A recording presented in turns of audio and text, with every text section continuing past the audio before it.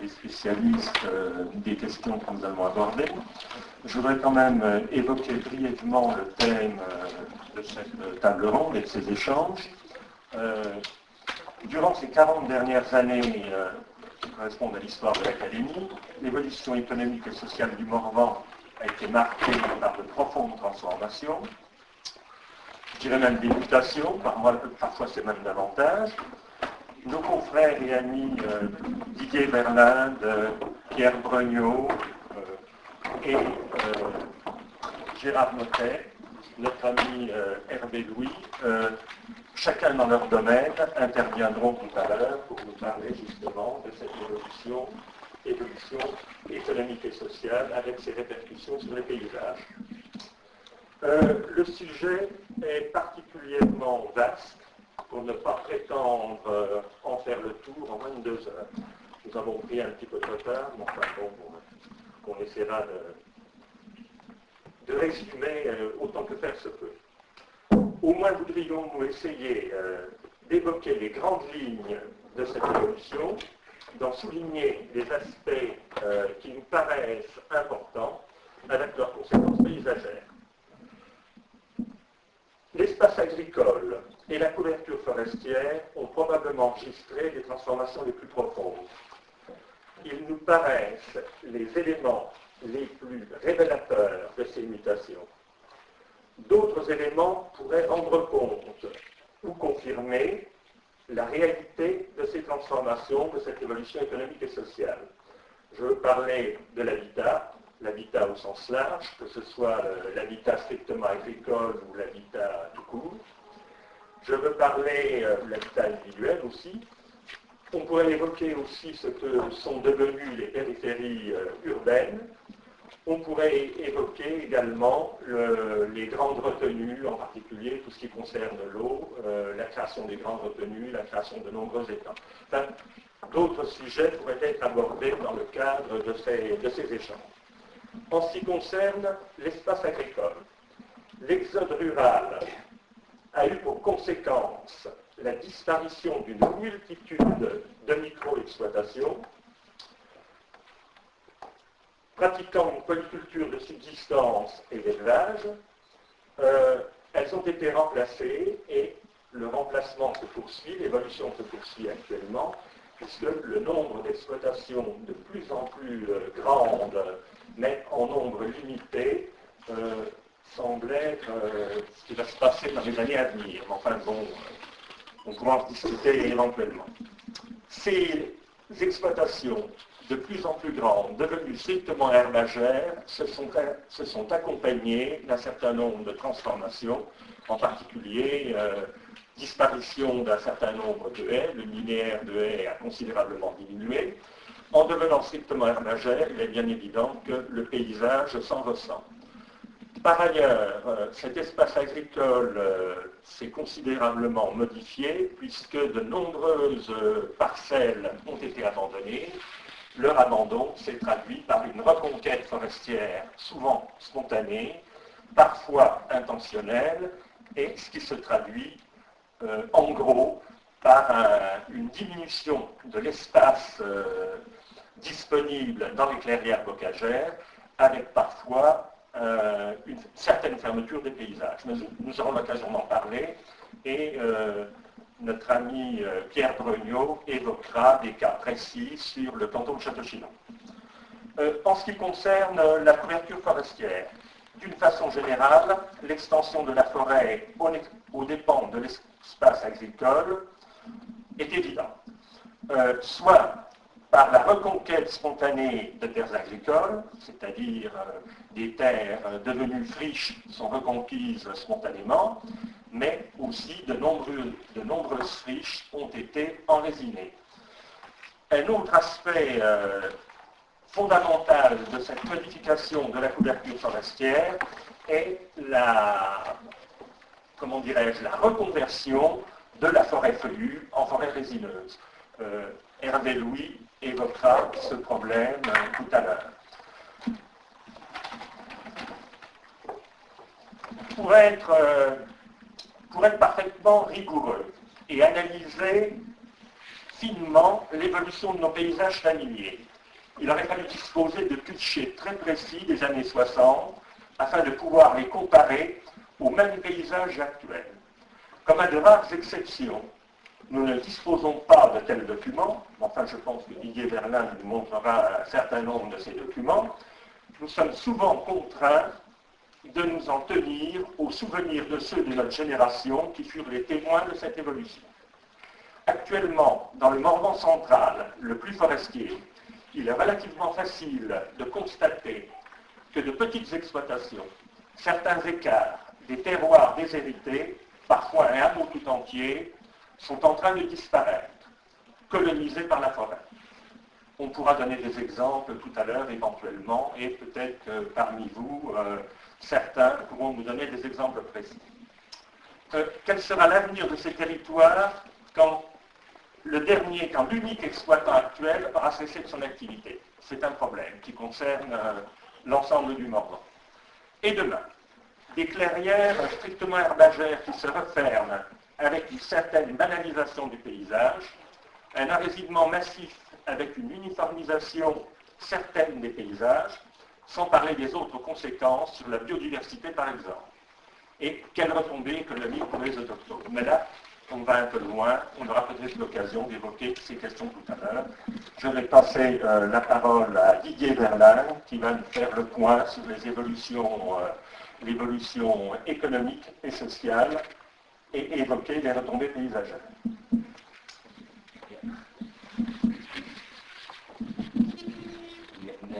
Merci, et puis donc, désolé pour ce petit contretemps technique, il fallait bien installer le matériel, c'est toujours un peu compliqué. Mais enfin bon, ça s'est bien passé, on est opérationnel.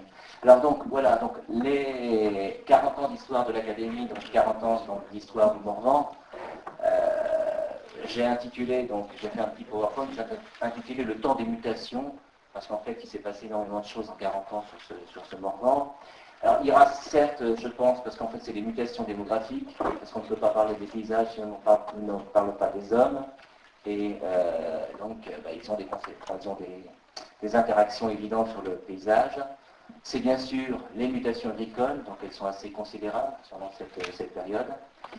Et c'est également les mutations forestières. Alors bon, toute la problématique je pense qu'il y aura un peu des chevauchements avec ce qu'on va dire à la fois Pierre Brognaud et Hervé Louis. Peut-être qu'il y aura des redites, mais je pense que sur les questions agricoles et forestières, ils me compléteront même bien mieux que moi. Alors, ce n'est pas évident donc, de vous faire passer donc, des choses sur les mutations démographiques parce que c'est toujours indigeste, les statistiques, parce qu'en fait, pour avoir une vraie vision de ce qui se passe, il faut s'appuyer sur des chiffres.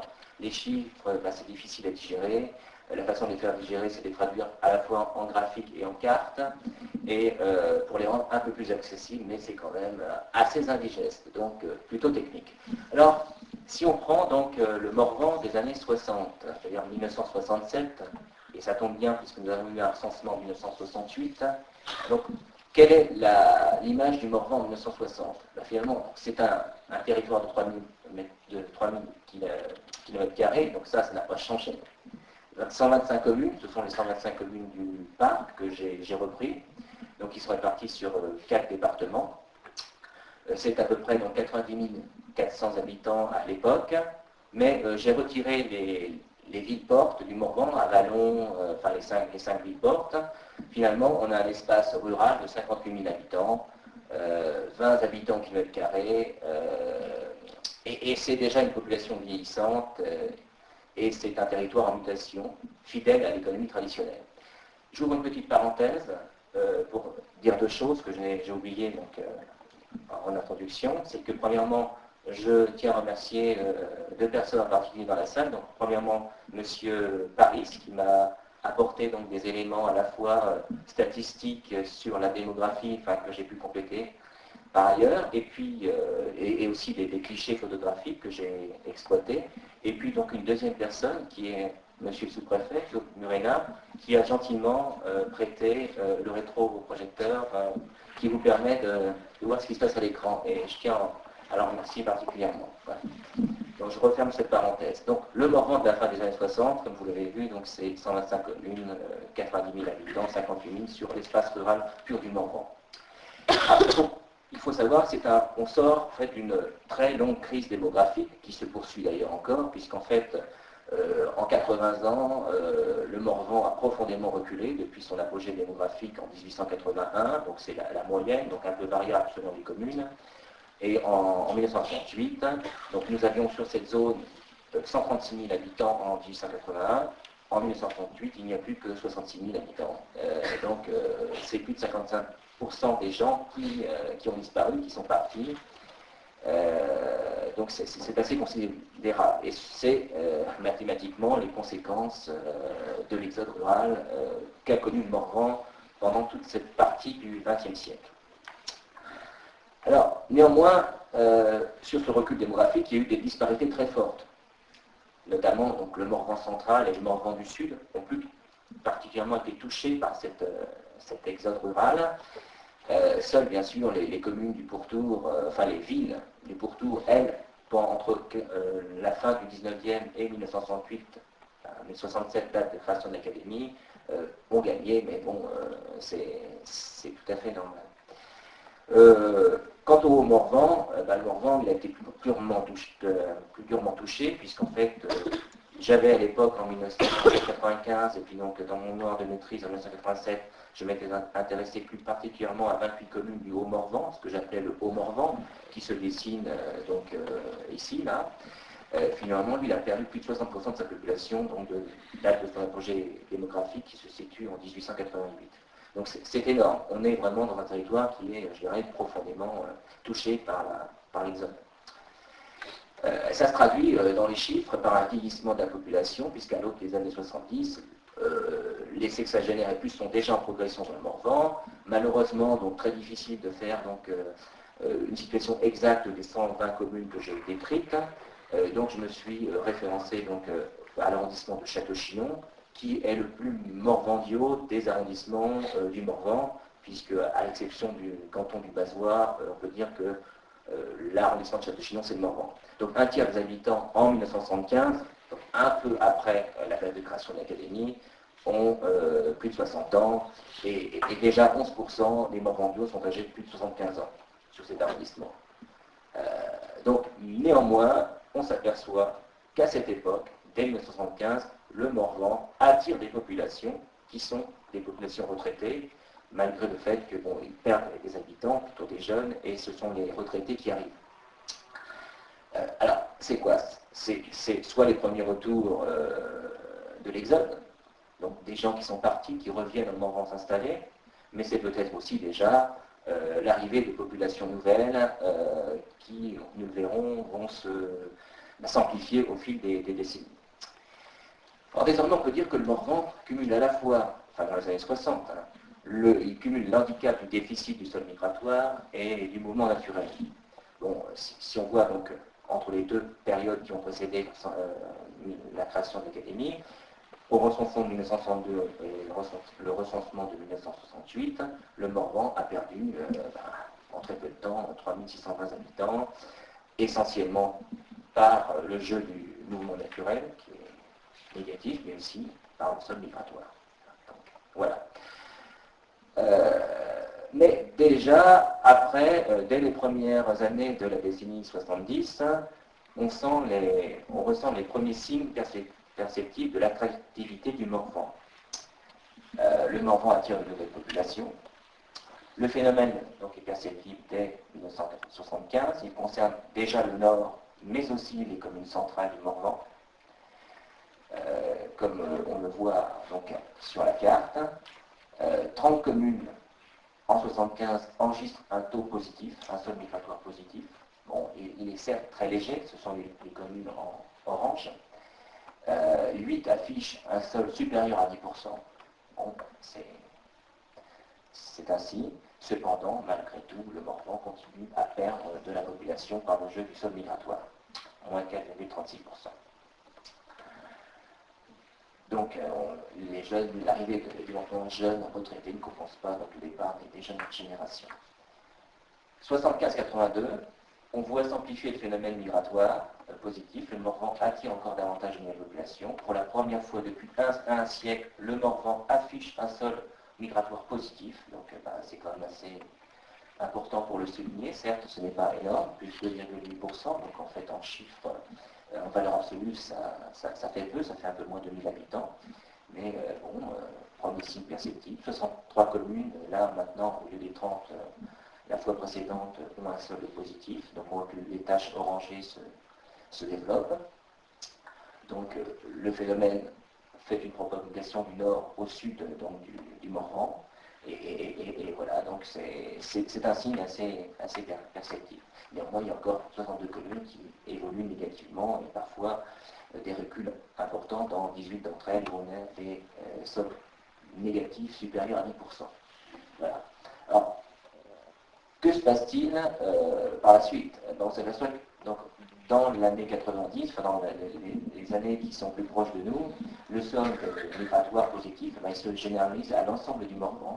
Bon, je pense que ce n'est pas un phénomène ignoré d'entre nous. Simplement, il se traduit dans les chiffres aujourd'hui. Donc le phénomène se généralise, comme je dis, à l'ensemble du Morvan. Cependant, moins prononcé dans la frange méridionale, à moindre échelle à l'est et à l'ouest du massif. Le Morvan, certes, enregistre un sol positif inférieur à 1000 habitants encore, mais cette fois-ci, vous voyez, on progresse en nombre de communes. 77 communes affichent un solde positif, donc c'est assez important. L'écart positif par rapport à 82 progresse au nord et dans la partie centrale essentiellement. 11 communes voient progresser leur population de 15 à 32% par le gain du sol migratoire. Donc c'est quand même assez, ce n'est pas neutre, c'est assez important de le signaler. À l'opposé, 33 communes évoluent négativement. 33% des communes évoluent négativement. À noter que les deux agglomérations de la périphérie morvandaise, Autun et Vallon, attirent peu, sans doute plus profitable aux communes rurales limitrophes. Finalement, on s'aperçoit effectivement, quand on creuse un peu davantage, que la population quitte le cœur des villes pour aller s'installer dans les communes proches à la fois d'Autun et de la Vallon. Donc, qu'est-ce qui s'est passé depuis 1999? En 1999, le phénomène migratoire s'amplifie. On enregistre dans son ensemble un gain de 1700 habitants, donc pratiquement 1800 habitants, 80 communes, donc on continue à évoluer dans le positif, 22 communes où le taux est supérieur à 15%, 16 communes où il dépasse 10%, enfin voilà, donc dans l'ensemble, le Morvan a gagné pratiquement 4% par le jeu de son sol migratoire. Donc le phénomène concerne bien l'ensemble du Morvan. Même si, une fois de plus, il est encore plus timide au sud qu'il n'est dans les autres communes du territoire. Alors, comment l'expliquer? Sans doute, bien sûr, mais c'est l'explication toute trouvée, c'est le rythme des arrivées. S'est-il ralenti ou celui du départ s'est-il accentué dans cette zone? C'est à la fois les deux, puisqu'en fait, on s'aperçoit que les jeunes, la génération quittent le Morvan. Par contre, les pré-retraités, les retraités arrivent, je ne vais pas dire en masse, mais arrivent massivement quand même dans le Morvan. Parce que finalement, voilà, quand on brosse l'ensemble de la période, le sol migratoire, là on a l'explication, le sol naturel, c'est le principal responsable du développement du Morvan. Et donc entre 68 et 99, le Morvan perd 8812 habitants par le jeu du sol naturel, du mouvement naturel. Donc vous voyez, et une progression assez importante, puisqu'on est à moins 4, moins 6, moins 6, 8, moins 6, 7, moins 7, 6, lors du dernier recensement, 90-99. Voilà. Et cette aggravation, bien sûr, de l'écart met en lumière le phénomène et traduit une réalité, c'est celle du dépeuplement et aussi du vieillissement du Morvan. Ouais. Voilà. Donc, bilan global, le Morvan, donc depuis 68, a perdu un cinquième de sa population. On était à 58 000 habitants, je vous le rappelle, à la date de création de l'académie. Aujourd'hui, nous serions plus de 45 000 sur cet espace. Bon, l'académie, je vous rassure, n'en est pas responsable. 45 000 habitants donc, sur le parc aujourd'hui du Morvan, sur les 120 communes hors les communes parcs, 58 000 en 168. Donc les conséquences de la création du mouvement naturel, certes atténuées de km du Morvan-du-Haut. Il n'empêche que le Morvan s'est dépeuplé.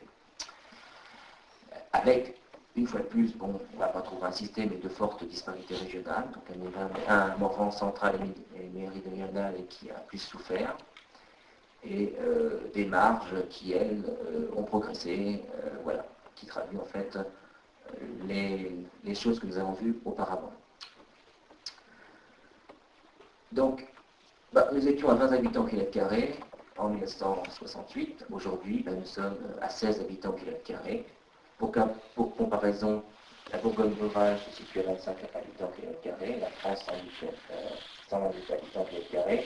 Donc ça met bien en lumière les réalités. Donc même 50 communes parmi cet espace ne franchissent pas la barre des 10 habitants au kilomètre carré.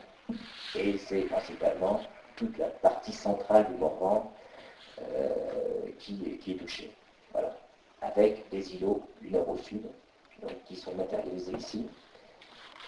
Le cœur du massif ne regroupe un peu plus que 25% de l'ensemble de ces 45 000 habitants. Finalement, il y a un quart des habitants qui vivent au cœur du massif. Tous les bourgs sont pratiquement en dessous de 300 habitants, en dehors des chefs-lieux de canton, bien entendu. Hein. Et les plus fortes densités se voient rejetées vers les périphéries, mais c'est un phénomène bien naturel, donc c'est-à-dire à proximité des villes ou à proximité des franges du Morvan. Donc la traduction d'un affaiblissement démographique maintenant centenaire, exode rural, déficit naturel. Bon, conséquence de tout cela, c'est bien sûr le vieillissement accéléré de la population morvandaise. Les plus de 60 ans représentent 33% en 1975, on l'a vu sur l'arrondissement de Château-Chinon. Aujourd'hui, nous sommes pratiquement à 38% de gens de plus de 60 ans sur l'arrondissement de Château-Chinon. C'est plus de 4 points en moins de 24 ans. Alors, voilà, donc c'est en dessus des valeurs, je dirais, régionales. Quant aux plus de 75 ans, ils ont aussi progressé, puisqu'en fait, ils ont progressé passant de 11 à 15%. Voilà, donc la pyramide des âges aujourd'hui, alors ça c'est les 120 communes rurales du parc. Donc on voit très bien, donc, traduit dans la pyramide, le vieillissement de la population qui se manifeste, et puis donc l'effondrement de la part des classes inférieures à 30 ans, puisque donc, pour les 30 ans, les gens de moins de 30 ans passent de 35% en 90 à 99 aujourd'hui, à 30% en 99, on va dire lors du dernier recensement officiel de la population. Et puis, concernant les plus de 60 ans, ils ont également progressé. Je tiens à noter une petite erreur, je pense, dans le graphique, puisqu'en fait, c'est les travers du copier-coller, ce ne sont pas les bonnes proportions qu'ont les plus de 60 ans. Donc les entrées, alors comment ça repartit finalement? Les entrées de population, les plus de 60 ans actuellement constituent l'essentiel des entrées de la population, et les sorties, donc les entrées c'est 1900 habitants pendant la période. Quant aux sorties, c'est 7840 habitants qui ont quitté le Morvan. Donc tout cela, ça fait quand même un solde migratoire positif, mais bon, voilà. Alors, je me suis intéressé un peu à l'âge des gens qui entrent dans le Morvan. Alors, les jeunes retraités, finalement, privilégient plutôt le cœur du Morvan, et donc le Morvan central, ça apparaît sur la carte. Quant aux jeunes de 30, 40 ans, ils s'installent plutôt en périphérie, plus particulièrement dans les communes périurbaines des villes. Donc, souvent, ils sont originaires, comme je l'ai dit, donc à Vallon-Autun, mais aussi ce sont des gens qui viennent des villes du pourtour, notamment Dijon, mais également Nevers, et quelques foyers donc, sur les villes de Saône-et-Loire, le bassin Chablais, etc.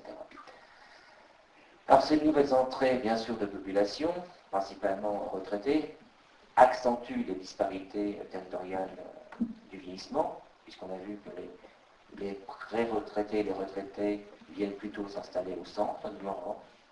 Elles sont particulièrement marquées au centre du massif, où la part des plus de 60 ans peut représenter plus de 40%,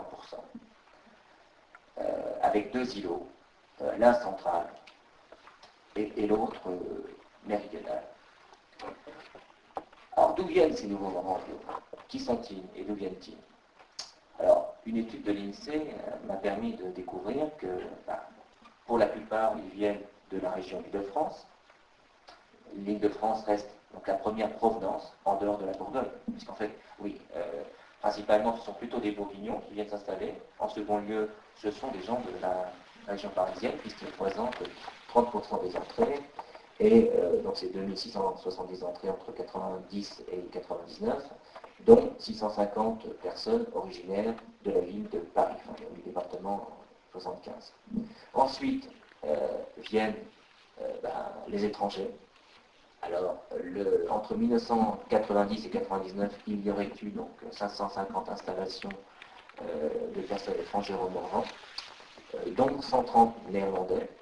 Alors je pense que si nous pouvions avoir une approche un peu plus fine aujourd'hui, nous verrions que le phénomène s'est amplifié depuis donc 99, il s'est forcément amplifié.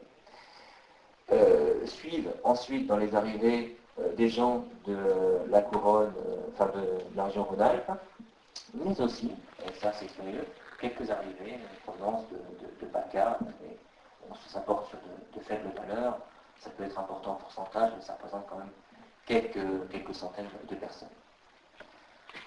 Alors, en 2007, nous avons la chance d'avoir eu des données toutes fraîches qui sont sorties en juillet de cette année et qui nous permettent d'avoir des indications sur ce qui s'est passé depuis 2007. Donc, nous avons pu, grâce à...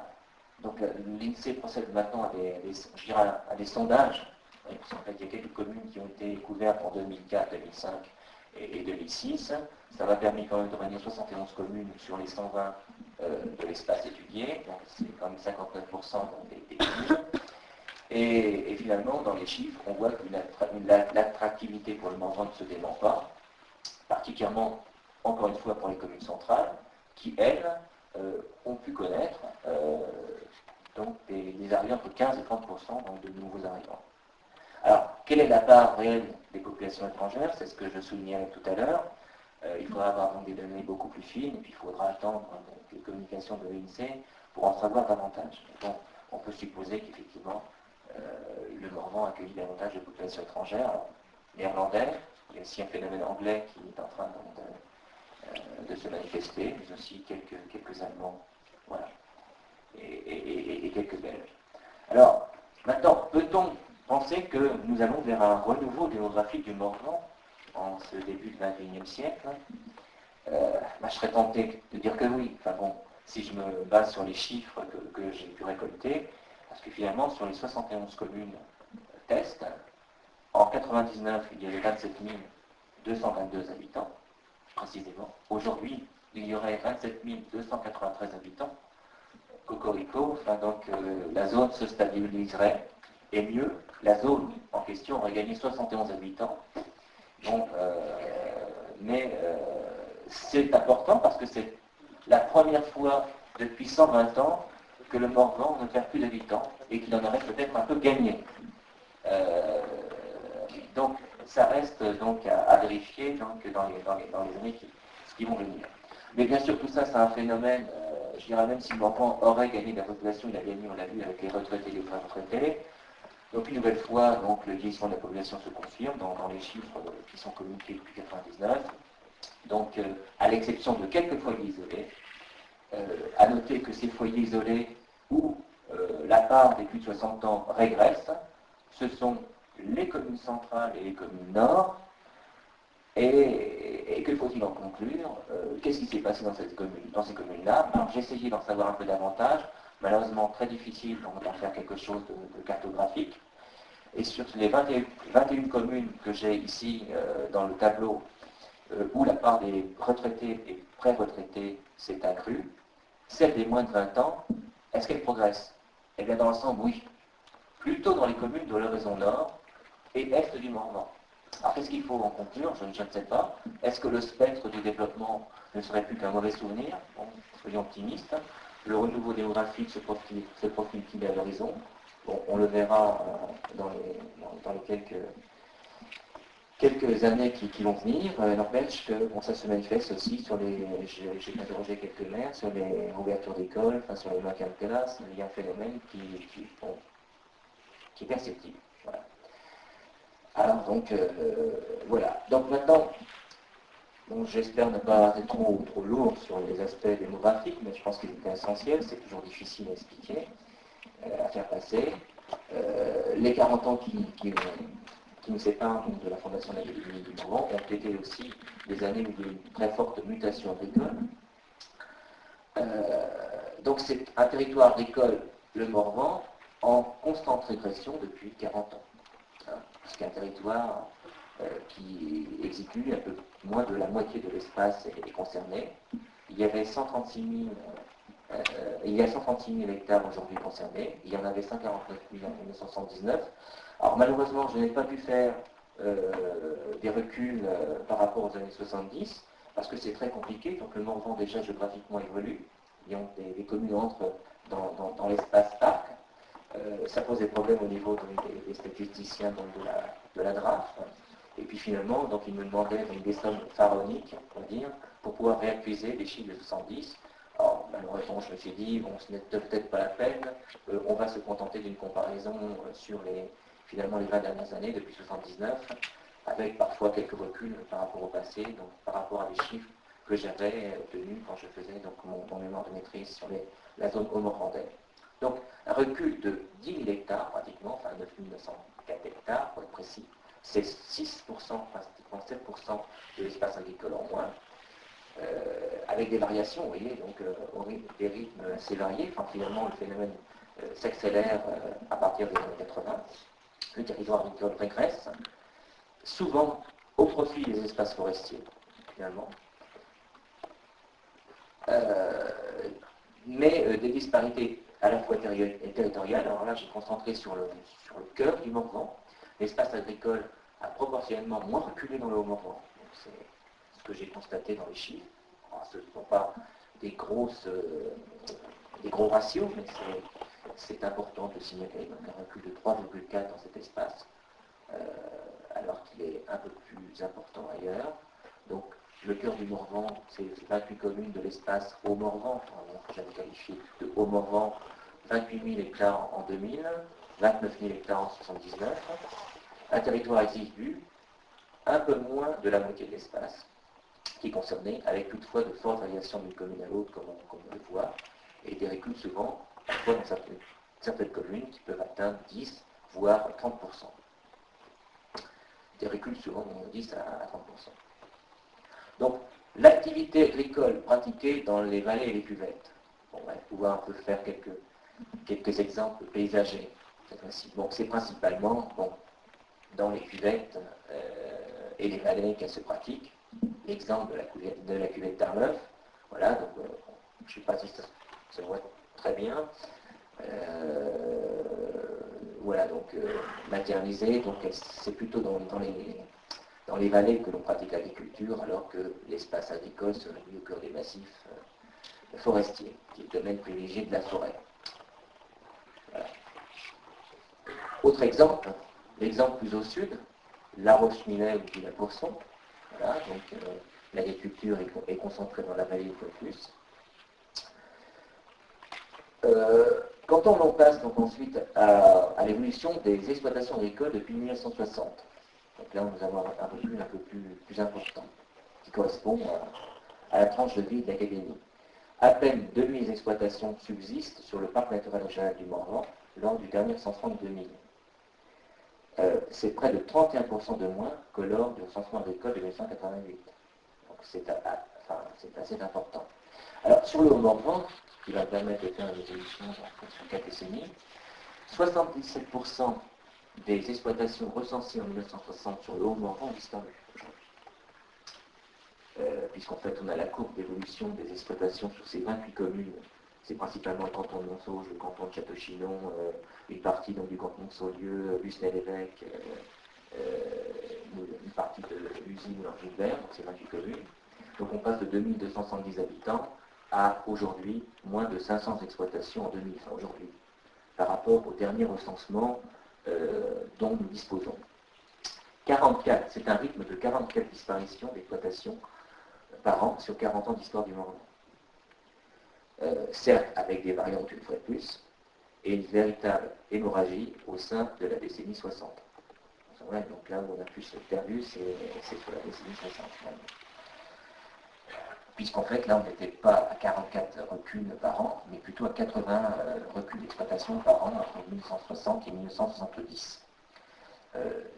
Donc la donnée de 1960, finalement, ce n'est une donnée que j'ai pu établir grâce à l'ouvrage de Jacqueline Bonamour, qui avait fait un ouvrage remarquable sur le Morvan à l'époque. Je le note au passage. Donc aujourd'hui, vous voyez, aujourd'hui nous serions entre 88 et 2000, donc ça diminue moins forcément. Nous serions à moins 23 à exploitation par an. Alors que, et ça c'est un phénomène bien connu, la surface moyenne, elle, par exploitation, est en constante progression. Alors que les nombres d'exploitations diminuent, forcément, la surface agricole utilisée, elle, ne cesse de s'accroître depuis la fin du XXe siècle, donc depuis la fin de la précédente décennie, puisque finalement, vous voyez, on grimpe très fort, c'est-à-dire entre 88 et 2000, une surface qui a triplé donc, en un demi-siècle, 16 hectares en 1955 sur la zone du Haut-Morvan, extrait de Jacqueline Bonamour, 47 hectares en 2000. Quelle valeur aujourd'hui? Ça, je pense qu'on a encore monté. À titre de comparaison, en Bourgogne, on était à 67 hectares en 2000. Aujourd'hui, en 2003, pour lequel on a des références, on est à 74 hectares. Je suppose qu'il y a eu aussi une petite évolution en Morvan. Mais une fois de plus, des contrastes territoriaux concernant la surface agricole utilisée. La surface moyenne utilisée, elle est plus importante en périphérie de la zone Haut-Morvantais. Voilà, donc elle s'est matérialisée sur la carte. Dans les cuvettes ou les vallées, également, elle est plus importante. Mais c'est bien normal, parce qu'en fait, sur les hauteurs, on a vu qu'il y avait plutôt de la forêt. Alors, une agriculture de petite exploitation en évolution. Donc, ici, vous avez donc l'évolution de la surface moyenne utilisée des exploitations professionnelles dans le Morvan agricole, dans la zone agricole Morvan, qui n'est pas tout à fait la zone parc, dans la définition DRAF. La taille des exploitations s'accroît de plus de 36% entre les deux derniers censements agricoles, c'est 88 et 2000. Une progression qui profite avant tout aux moyennes exploitations, qui, elle, évolue, puisque en fait, l'évolution de la superficie moyenne des exploitations de plus de 100 hectares, on passe de 134 hectares en 1979 à aujourd'hui 146 hectares en 2000. Donc la taille des plus de 100 hectares et plus ne progresse que de 9% entre 88 et 2000. Donc c'est bien la moyenne d'exploitation qui profite. Une caractéristique du Morvan forte, c'est l'attachement au faire-valoir direct, mais qui aujourd'hui est détrôné par le fermage. Traditionnellement, le faire-valoir direct était donc le mode le plus répandu donc dans le Morvan. Bon, c'était favorisé par les structures agraires d'autrefois, qui étaient plutôt axées sur la petite propriété. Donc le faire-valoir direct continue à occuper une place importante, toutefois, même s'il ne concerne plus qu'un tiers des surfaces dans le Morvan. Le fermage représente déjà plus de 56% de la SAU en la surface agricole utilisée en 1979. Aujourd'hui, en 2000, nous étions à 68%, donc lors du recensement 2000. En fait, l'augmentation de la taille des exploitations se fait donc au profit du fermage, particulièrement depuis 1988. Donc, puisqu'il gagne 9%. Alors, caractéristique aujourd'hui de l'agriculture morvandaise, la prédominance des surfaces fourragères. Donc c'est une caractéristique de façon morvandaise. Elle représente plus de 90% de la surface agricole utilisée. une donnée constante finalement depuis 1919, avec toutefois une régression marquée de la surface toujours en herbe, au profit des cultures fourragères. En fait, bon, j'ai noté un peu, j'ai l'impression amusante, qu'on rentre dans l'ère de la culture de l'herbe, mais finalement c'est bien normal, puisqu'en fait nous sommes dans cette zone, dans le domaine réservé de l'élevage. Alors, une diminution à l'opposé progressive des terres labourables, de 1960 à 1988, suivie d'une petite reprise en 2000. Enfin, cette petite reprise de l'espace labourable, finalement, se fait plutôt au profit, donc on verra des cultures fourragères. Alors, les terres labourables représentent aujourd'hui 27% de la surface agricole utilisée. Donc, le pourcentage était tombé à 20%, il était à 25% en 119, il était tombé à 20% en 88, il a remonté légèrement. Alors, doit-on conclure des conclusions hâtives? Cette tendance confirme l'intérêt suscité par les cultures fourragères. La tendance a-t-elle été la même sur l'ensemble du massif mondial? Dans l'ensemble, on peut dire oui, à l'exception des communes de l'axe central. A noter que, donc, en premier plan dans le histogramme, l'évolution donc, de la céréaliculture, enfin des cultures, de l'espace réservé aux cultures de céréales, qui voire il reste, puisqu'en fait on passe de 45% en 79 à aujourd'hui 34% en 2000. Alors, grâce à M. Paris, j'ai pu illustrer le recul des terres laborables, puisqu'en fait il a voulu me fournir quelques clichés qu'il avait pris par le passé. Une photo qui date de 1966, photo de maison de compte, où finalement on voit bien l'espace. Bon, c'est même si ça ne se voit pas forcément bien à l'écran, ça se voit mieux sur mon écran à moi. L'espace qui est réservé donc, aux terres labourables, donc que j'ai matérialisé en orange. Aujourd'hui, non, en 1979, quand M. Paris a pris la photo, une nouvelle photo, donc du même espace, finalement, on s'aperçoit que les cultures, elles ont complètement disparu du paysage, puisqu'aujourd'hui, elles sont occupées par les surfaces toujours en herbe. Voilà. Donc en fait, on cultive maintenant l'herbe, après avoir cultivé la céréale. Autre caractéristique, cette fois, de l'agriculture du Morvan, c'est la faible mécanisation. C'est une caractéristique propre à l'agriculture morvandaine. Mais à l'origine, il est vrai que l'agriculture se pratique sur de petites surfaces, donc elle ne nécessite pas de recours au machinisme.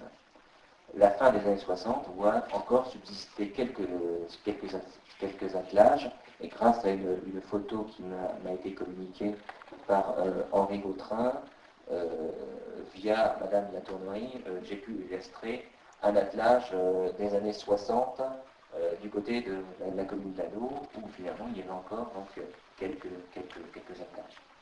La fin des années 50 et les années 60 voit l'apparition des premiers tracteurs sur le Morvan. Donc le parc se développe dans les années 60, mais on s'aperçoit que finalement la puissance du parc demeure modeste, du moins jusqu'au milieu des années 80, puisqu'on va voir que le phénomène va s'amplifier. La puissance du tracteur s'accroît entre les deux derniers censements agricoles, 88 et 2000. Le tracteur de plus de 80 chevaux et plus demeure modeste jusqu'en 88. Leur pourcentage explose donc en 2000, mais c'est bien normal puisqu'on a vu que les surfaces exploitées augmentaient et finalement on a besoin de matériel plus puissant pour pouvoir répondre aux besoins de l'agriculture. Le phénomène s'explique par l'augmentation de la taille d'exploitation, comme je le dis, les changements opérés dans les méthodes de travail, et finalement on voit bien l'apparition des bottes, enfin des presses à balles rondes. Là, il y a vraiment l'explosion entre 1988 et 2000, puisqu'en fait, le parc s'accroît de plus de 124%. Bon, la population agricole, elle, depuis 40 ans, elle a aussi évolué. Elle a été divisée par deux, en 2 décennies. C'est une tendance qui s'inscrit dans la moyenne nationale et puis dans la moyenne régionale. Donc, il n'y a rien d'anormal à cela. Donc, moins 39% de près de 1000 exploitations disparues depuis la fin donc, de la décennie 70, donc moins 40%, moins 39% entre 1919 et 2000, une tendance qui s'inscrit également dans la moyenne régionale. Donc l'évolution des chefs d'exploitation à temps complet en zone rurale, en fait, le chiffre aussi a plutôt tendance à être divisé par deux, pratiquement. Mais ça se traduit aussi, contrairement à la population cette fois-ci, à un rajeunissement des exploitants. C'est une tendance à contre-courant d'évolution de la zone de la population du Morvan, mais c'est aussi observable à l'échelle de la région Bourgogne. Donc les deux graphiques, dans le détail, le montrent. La part des moins de 40 ans passe de 17% en 1979 à quand même 28% en 2000, donc c'est assez significatif. La diminution d'exploitation individuelle est encore, enfin, la diminution des exploitations individuelles, ça on le constate, mais elles sont encore cependant très majoritaires. On sait bien qu'en fait, le Morvan, comme dans toutes les régions, a connu des groupements GAEC et autres structures. Donc le groupement progresse, donc il passe de 13 à 22% en 20 ans. Disparition également des salariés agricoles. Leur nombre est divisé en deux en une décennie, mais on voit que l'effectif se stabilise depuis 1988 sur l'ensemble des 120 communes, sur l'ensemble de la zone agricole Morvan, qui n'est pas, comme je l'ai dit tout à l'heure, exactement la zone parc. Alors, l'agriculture aussi, c'est les modifications du comportement dans l'organisation du travail et de l'espace, au niveau du bâti agricole intérieur. On passe finalement de l'état traditionnel, qui forcément n'est plus adapté aux méthodes d'aujourd'hui, mais il en subsiste encore ici et là, bien entendu, à la stabilisation agricole qui se développe dans les années 70. Voilà. Alors, c'est changement intérieur, mais c'est aussi changement dans les aspects extérieurs, puisque le paysage se modifie. L'état traditionnel donne place, dans un premier temps, à la stabilisation en béton, qui généralement n'est pas toujours heureuse dans le paysage, et aujourd'hui, qui a tendance, avec d'ailleurs les efforts entrepris par le conseil régional, qui aide au développement des bâtiments d'élevage en bois, l'état en bois finalement s'intègre, on peut dire, mieux dans le paysage du Morvan, du moins quand les bâtiments sont neufs. Alors c'est aussi une évolution au niveau de l'entretien des paysages. 1960, alors grâce à André Paris une fois de plus, on voit que, même si on ne voit pas forcément, on le voit mieux à l'écran, les haies sont fournies. Aujourd'hui, donc on le voit, donc matérialisé par le marquage. En 1979, quand M. Paris a repris la photo, pratiquement déjà, les haies ont disparu. Elles se sont réduites en surface et en volume, et puis aussi, elles ont fait place parfois à des barbelés. Donc c'est pas forcément sans conséquence sur l'environnement du Morvan. Alors, le Morvan, c'est une agriculture calquée sur l'élevage charolais. Donc ça, c'est une chose bien connue. À l'origine, l'économie morvandaise repose sur trois principes fondamentaux: la polyculture, l'élevage et la forêt. L'introduction de la race charolaise va révolutionner le système agricole du Morvan, donc dans le début du XXe siècle, à la fin du XIXe. Elle instaure finalement un système de complémentarité entre le Morvan, pays nesteur, et les plaines périphériques, zone d'embauche. L'élevage charolais, aujourd'hui, on peut dire, exerce sur le Morvan un rôle hégémonique, même si on voit se développer quelques races qui ne sont plus forcément des charolais, et peut-être mieux adaptées au Morvan. Alors, attachement à l'économie polyculturale qui s'estompe au fil des temps. Donc la culture de la terre est une tradition pourtant au Morvan. Elle apporte à l'origine un complément au bétail, indispensable. Elle limite aussi la progression de la friche à l'origine. 52% des exploitations en 1979 pratiquaient encore la céréaliculture.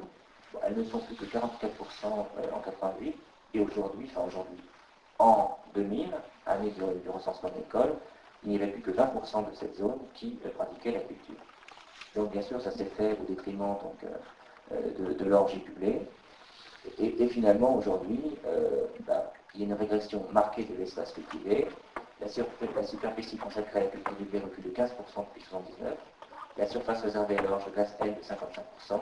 Le Morvan, au cours de la période, voit se développer plutôt le triticale, qui est une céréale de synthèse entre le blé et le seigle. Mais le Morvan voit aussi se développer les cultures fourragères. Elles ont supplanté également la culture traditionnelle. Les surfaces consacrées au maïs, elles, restent timides. Seules progressent les élagineux. La culture de l'herbe se généralise donc. Elle permet le développement parfois d'ensilage grâce à des variétés adaptées au Morvan. Quant aux plantes sarclées, et plus particulièrement la pomme de terre, qui est privilégiée dans l'économie d'autrefois, ces plantes sarclées, elles ont complètement disparu malgré quelques tentatives de réintroduction qui ont été menées au cours des décennies. Donc c'est bien la suprématie de l'élevage bovin charolais à l'étang qui caractérise le mieux le Morvan. Donc l'élevage bovin à l'étang constitue la principale spéculation du Morvan aujourd'hui. Il est pratiqué par près de 80% de l'exploitation morvandaise. Donc c'est un élevage qui se pratique de la même manière quelle que soit l'unité agricole. Le Morvan s'est spécialisé dans l'élevage intensif et extensif du maigre. Ces formes cependant variées depuis 60. Donc dans les années 60, on voyait plus de bœufs, de chatrons. Donc, alors qu'aujourd'hui, c'est plutôt le taurillon, donc 18 à 24 mois, et les broutards qui se sont développés. Et finalement, la mixité des formes d'élevage, taurillon-broutard, permet d'assurer des revenus étalés sur l'année à l'exploitation. Donc, autre caractéristique, et ça c'est assez important à le souligner, en 40 ans, la pression bovine a explosé. En 79, je passe sur les unités bovins qui avaient lors de 1979 et puis celle de 2000. Je m'attacherai davantage à l'évolution de l'effectif des vaches mères, qui est plus significatif. Leur proportion varie de plus de 24% entre 1979 et 2000. Le nombre de vaches mères par exploitation a plus que doublé sur 2 décennies. Il explique la course finalement à l'extension des surfaces exploitées. Et bien évidemment, cette pratique de l'élevage à l'étang, du maigre, ne favorise pas l'engraissage. Bon, malgré quelques expériences développées qui sont plutôt, je dirais, localisées sur les marches du massif. Autre caractéristique, pendant cette période de 40 ans, on a pratiquement vu disparaître l'élevage ovin. L'élevage ovin n'a jamais, il est vrai, rencontré un vif succès en Morvan. Il y avait 1466 exploitations qui le pratiquaient en 1979, donc 38% d'entre elles. Aujourd'hui, nous n'avons plus que 674 exploitations sur l'ensemble de la zone agricole Morvan qui pratiquent l'élevage du ovin. Néanmoins, une fois de plus, dans les exploitations qui le pratiquent, le nombre de têtes par exploitation, le nombre de bovinaires est également en hausse, c'est bien normal. Alors, voilà, donc les races se développent, c'est plutôt donc, le charolais texan, et en fait, finalement, la production, lorsqu'elle se pratique, on s'oriente soit vers du maigre ou du gras en fonction des spécificités des exploitations. Alors, autre phénomène qui est vraiment caractéristique, c'est la quasi-disparition des élevages traditionnels de compléments. Bon, l'élevage laitier, il a complètement disparu, même si quelques cas isolés sont à signaler. Il y a à la table des gens qui pratiquent l'élevage laitier. Traditionnellement, quelques vaches par exploitation étaient affectées à la production de laitage. En 1979, on le voit, il y avait 1232 exploitations qui le pratiquaient, c'est-à-dire 46% des exploitations. En 2000, il n'y a plus que 116 exploitations dans le Morvan qui déclarent avoir des vaches laitières sur leur exploitation. C'est donc 5% d'exploitation. Vraiment, ça a été considérable. Alors, quant à l'élevage porcin, alors, il a suivi la même évolution. Il est très rare de nos jours donc, de trouver des porcins sur l'exploitation. Puis, c'est pour ça que je dis quid du fameux jambon du Morvan. Bref. La basse-cour, c'est quand même, si vous me permettez l'expression, c'est littéralement volatilisé. L'élevage n'est plus pratiqué que dans quelques cas, généralisé dans les années 60, complément d'exploitation, et il est devenu aujourd'hui, je pourrais dire, l'exception. Bon, je passe aussi très rapidement sur les formes timides de la diversification. Finalement, on voit que l'élevage, la suprématie charolaise ne permet pas des diversifications importantes sur les exploitations. On peut peut-être plus considérer la diversification sous l'angle touristique, lorsque cela est possible, donc on associe un gîte rural ou autre chose. Mais bon, c'est timide malgré quand même des politiques incitatives qui sont menées, notamment par le parc du Morvan. Autre mutation, et je vais faire très court, ce sont les mutations forestières. Je me suis quand même tenu d'en parler un peu.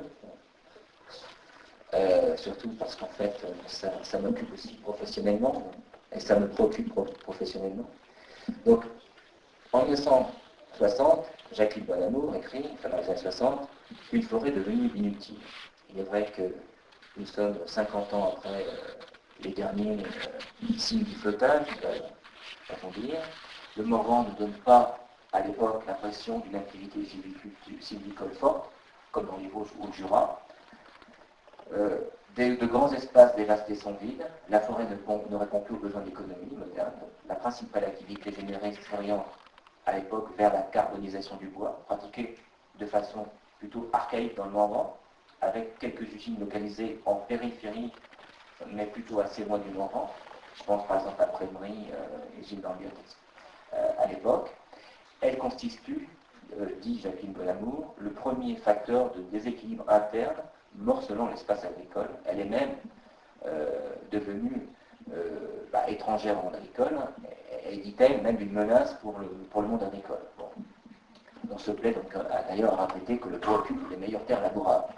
La forêt constitue donc une menace pour l'espace agricole qu'il représente par rapport aux gains qu'il pourra rapporter. Autre caractéristique, c'est une forêt très morcelée, aux mains d'une multitude de propriétaires privés, et donc c'est encore le cas aujourd'hui. 1960, finalement, on va changer d'air, on va rentrer dans l'ère des mutations de la forêt. Parce que la forêt, on l'a vu, ne répond plus aux besoins de l'économie moderne. 1957 voit en France la mise en place du Fonds forestier national, qui va donner une impulsion à l'enracinement. Le Morvan connaît une vague d'enracinement sans précédent. 4000 hectares sont plantés entre 1957 et le milieu des années 60, où écrit Jacques-Yves Bonamour sur le Morvan du Vernet. Donc c'est assez considérable. Et finalement, on va voir que le phénomène va s'accélérer à la fin des années 60, encore. À cette époque, par contre, Jacques-Yves Bonamour ne perçoit pas toutes les retombées que peut offrir la filière bois, se limitant à évoquer les besoins de la pâte à papier, et que finalement, la forêt morvandaine, la forêt résineuse morvandaine, va servir à alimenter les usines de pâte à papier, et qui ne sont de toute façon pas dans le Morvan. Et on ne perçoit pas encore le phénomène bois-construction. Donc le visage quel est le visage de la forêt morvandaine aujourd'hui? Donc dans la quasi-totalité du Morvan, le taux de boisement dépasse aujourd'hui plus de 30%. La forêt morvandaine, la zone forêt Morvan, au sens de l'IFN, l'Institut forestier national, c'est 30 000 hectares, c'est 85% de forêt privée. Plus de 50% dans certaines communes de l'axe central, les taux de boisement sont donc parfois supérieurs à plus de 50% dans l'axe central, notamment sur les cantons de Château-Chillon, le canton de Montsauge. C'est une forêt qui est devenue composite, même plutôt bipolaire. La forêt, dans sa grande globalité, demeure avant tout, même si c'est vrai qu'il y a une très forte progression des résineux, la forêt morvandaine est avant tout aujourd'hui encore une forêt de feuillus, puisqu'en fait 54% des feuillus, 46% du volume des résineux. En 1960, les résineux représentaient 17% de la surface forestière. Ils représentent aujourd'hui 41% de la surface couverte et 46% du volume forestier. Donc, bon, considérable des résineux, mais une fois de plus avec des disparités régionales. Donc finalement, ce sont les communes centrales qui ont davantage été concernées par le résineux, par les vagues d'enracinement. De nombreuses communes voient leur taux d'enracinement dépasser aujourd'hui les valeurs de 50%, parfois même 75% dans le cadre de Saint-Brisson ou d'Erleuf, mais aussi, d'une façon générale, les cantons de Montsauge, Château-Chillon, les rebords du canton de l'Orne, Carré-les-Tombes, donc il y a une petite inversion là, je vais bien m'excuser, Saint-Léger-sous-Beuvray ou Saulieu, donc tous les rebords des cantons concernés voient des vagues d'enracinement importantes, des taux d'enracinement importants. Bien sûr, tout ça, ça a des conséquences sur la modification des paysages, puisqu'en fait, le paysage forestier du Morvan s'est transformé au fil du temps, et on voit bien donc les marques de l'enracinement dans le paysage, et notamment grâce à une photo qui m'a été gentiment fournie par M. Paris. Voilà. Alors, la caractéristique caractéristique forte de l'enracinement du Morvan, c'est finalement l'implantation du Douglas. Le Douglas, on peut le dire, est devenu aujourd'hui le roi de la forêt morvandaise. Et nous avons une chance, j'espère que c'est une chance, d'avoir en Morvan la première réserve de Douglas en Europe. Donc ce Douglas, c'est bon, c'est ce bois rouge, mais que je pense que vous connaissez bien. Et on peut dire que le Fonds forestier national a fait qu'on a planté énormément de Douglas et que nous allons vers une croissance exponentielle et vers une production annuelle appelée à tripler sur 2 décennies, et qu'il y a là un formidable enjeu de valorisation pour le territoire, aux côtés des autres résineux, en nombre, comme l'épicéa, même si ces surfaces sont appelées à régresser.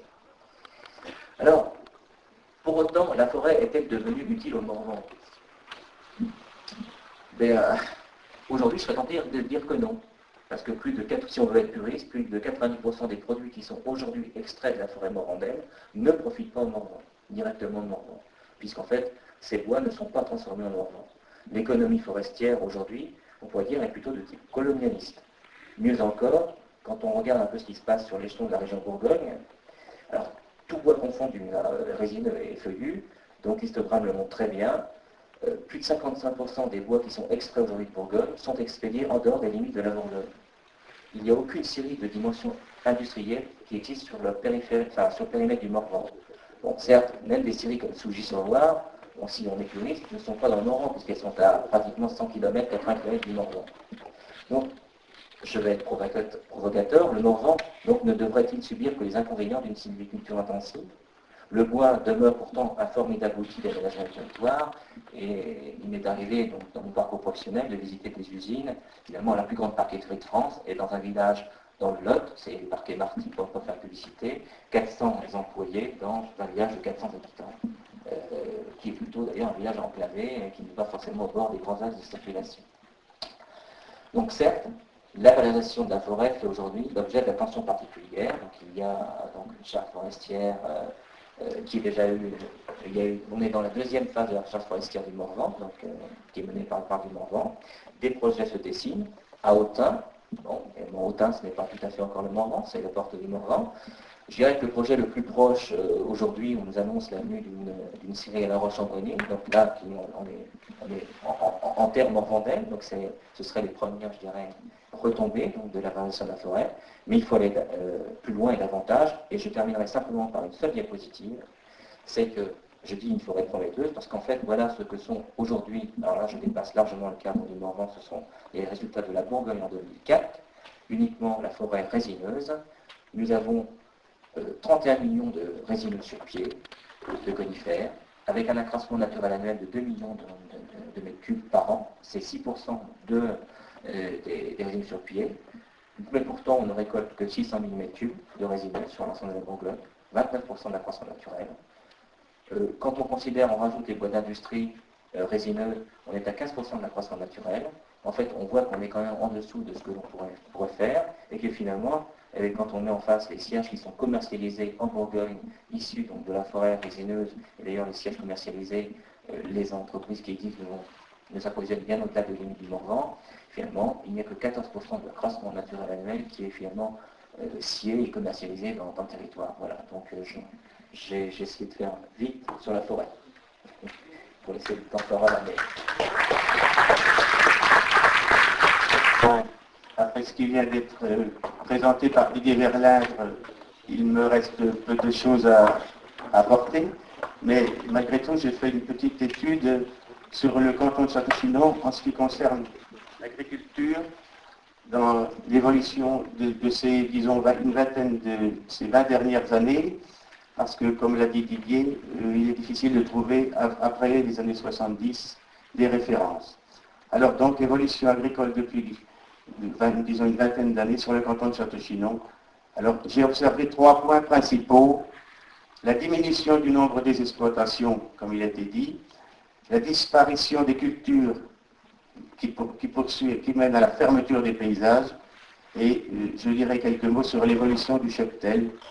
Et après, si quelques personnes veulent poser des questions, ben je reste à leur disposition. Donc la diminution du nombre des exploitations.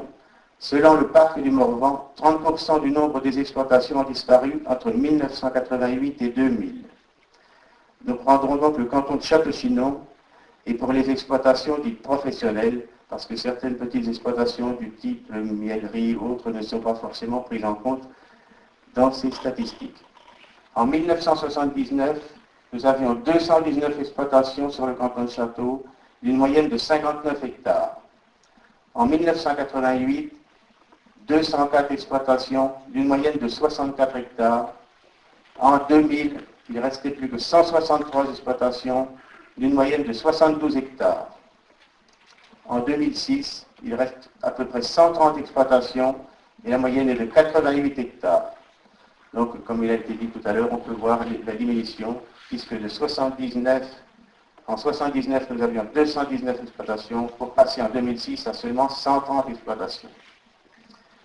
En 1979, 19 exploitations étaient supérieures à 100 hectares. En 88, nous passions à 30 exploitations.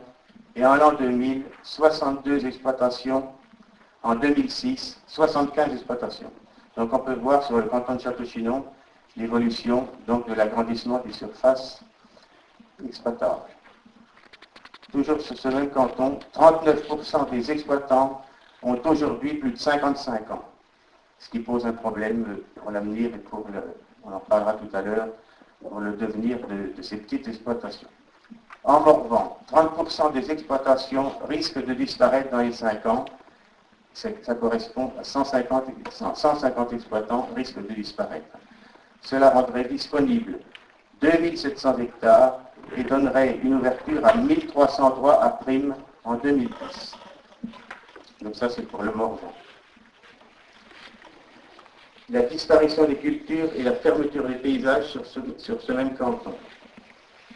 Le nombre des exploitations cultivant des céréales. En 1979, nous avions 260 exploitations qui cultivaient des céréales. En 1988, 183 et en 2000, seulement 114. Les surfaces cultivées sont passées en 1979 de 1200 hectares à 1026 hectares en 88 et à 2000 hectares, à 650 hectares en l'an 2000. Les surfaces toujours en herbe étaient en 1979 de 10 800 hectares. Elles sont passées en 88 à 12 400 hectares et en l'an 2000, elles sont de 13 500 hectares. Ce qui confirme également donc la surface en herbagère en augmentation importante.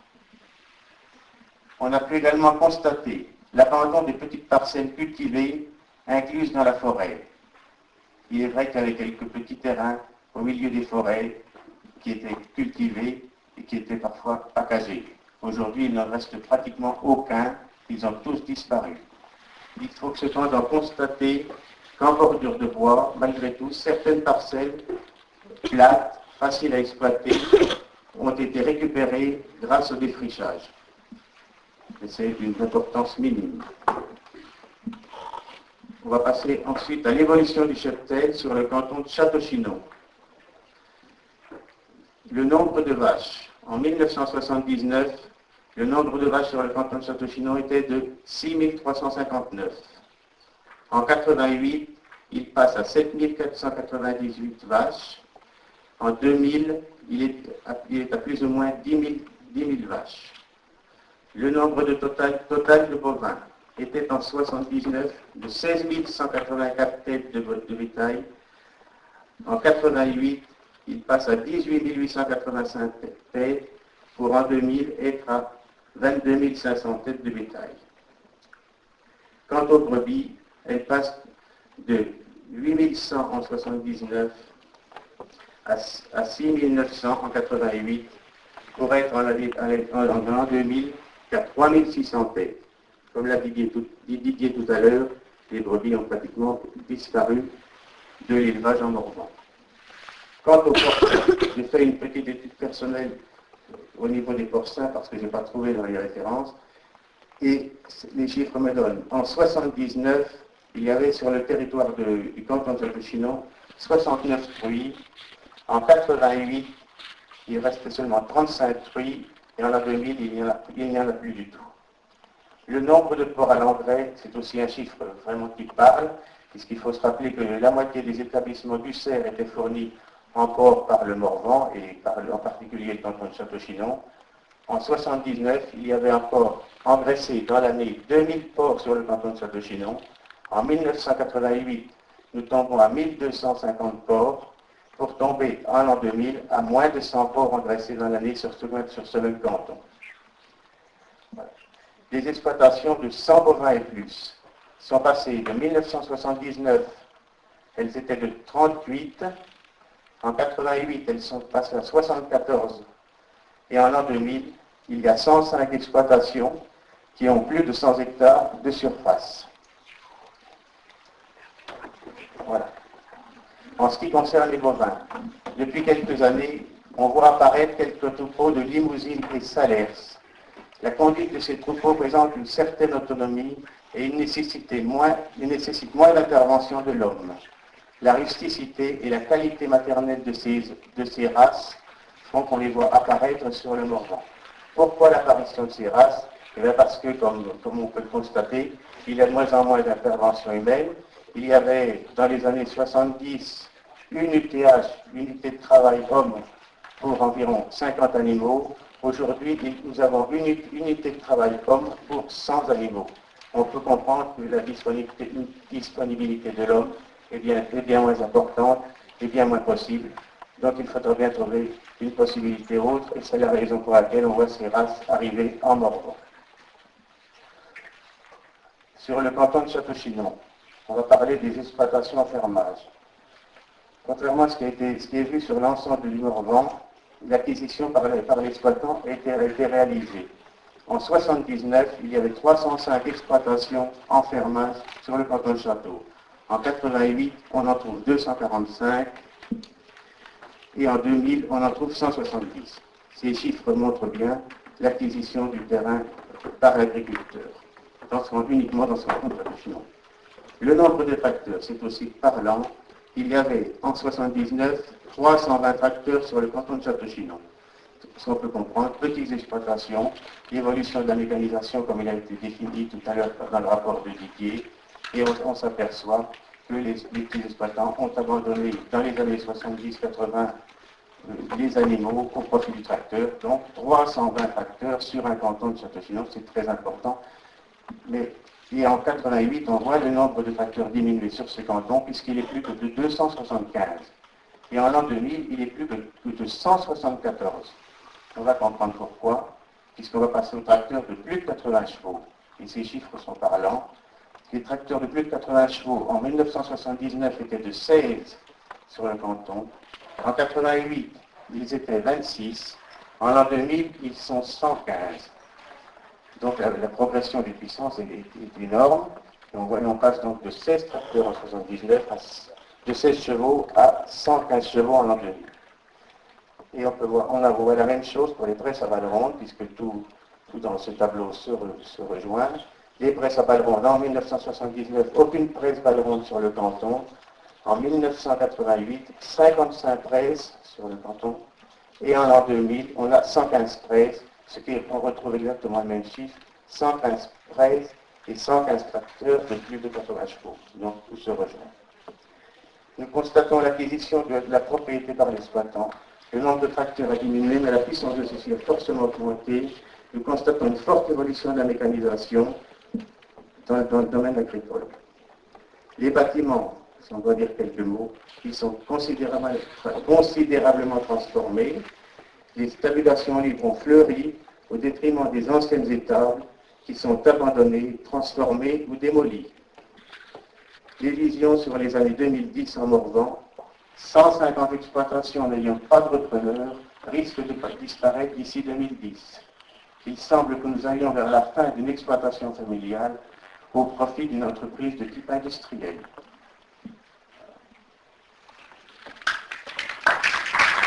Je suis technicien, on va dire forestier généraliste au Centre régional de la propriété forestière.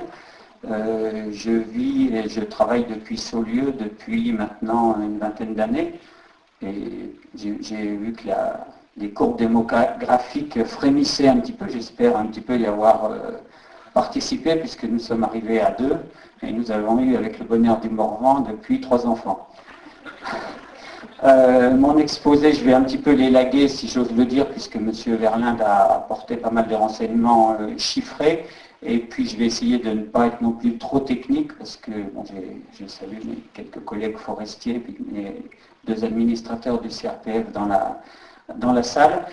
Donc je vais rester assez généraliste et essayer d'évoquer tout un tas de pistes qui ont déjà bien sûr été déjà esquissées. Donc peut-être un rappel, j'avais noté la définition du paysage. C'est peut-être quelque chose à rappeler puisqu'on est dans le thème. J'avais trouvé une définition qui me plaisait pas mal. Portion d'espace, analysée visuellement. Le paysage est le résultat de la combinaison dynamique des éléments physico-chimiques, biologiques et anthropiques, qui en réagissant les uns sur les autres en font un ensemble unique et indissociable en perpétuelle évolution. Alors évidemment, cette perpétuelle évolution, le paysage, il fluctue principalement en fonction de la production qui est faite à partir d'un terroir. Mon voisin de droite a évoqué tout ça, en fonction évidemment du sol et du climat, desquels il est difficile de s'affranchir. Et puis évidemment, le tout dans une logique initialement alimentaire, il fallait bien que les gens se nourrissent, et petit à petit économique. Alors en Morvan, on en a parlé, des cultures agricoles. Les champs labourés ont été remplacés progressivement par des prairies consacrées à l'élevage de bovins ou alors boisés. La sylviculture était autrefois tournée vers la production de bois de chauffage. Vous savez tous que le Morvan a approvisionné pendant 4 siècles, je crois de 1550 à 1900 à peu près, par flottage la région parisienne, enfin Paris. Et donc ce bois de chauffage, aujourd'hui, on cherche plus à produire du bois d'œuvre. Un autre exemple d'évolution du paysage, il faut savoir que le paysage bocager qu'on a aujourd'hui semble n'être apparu qu'à la fin du XVIIIe, puisqu'avant il n'y avait pas le droit d'enclore.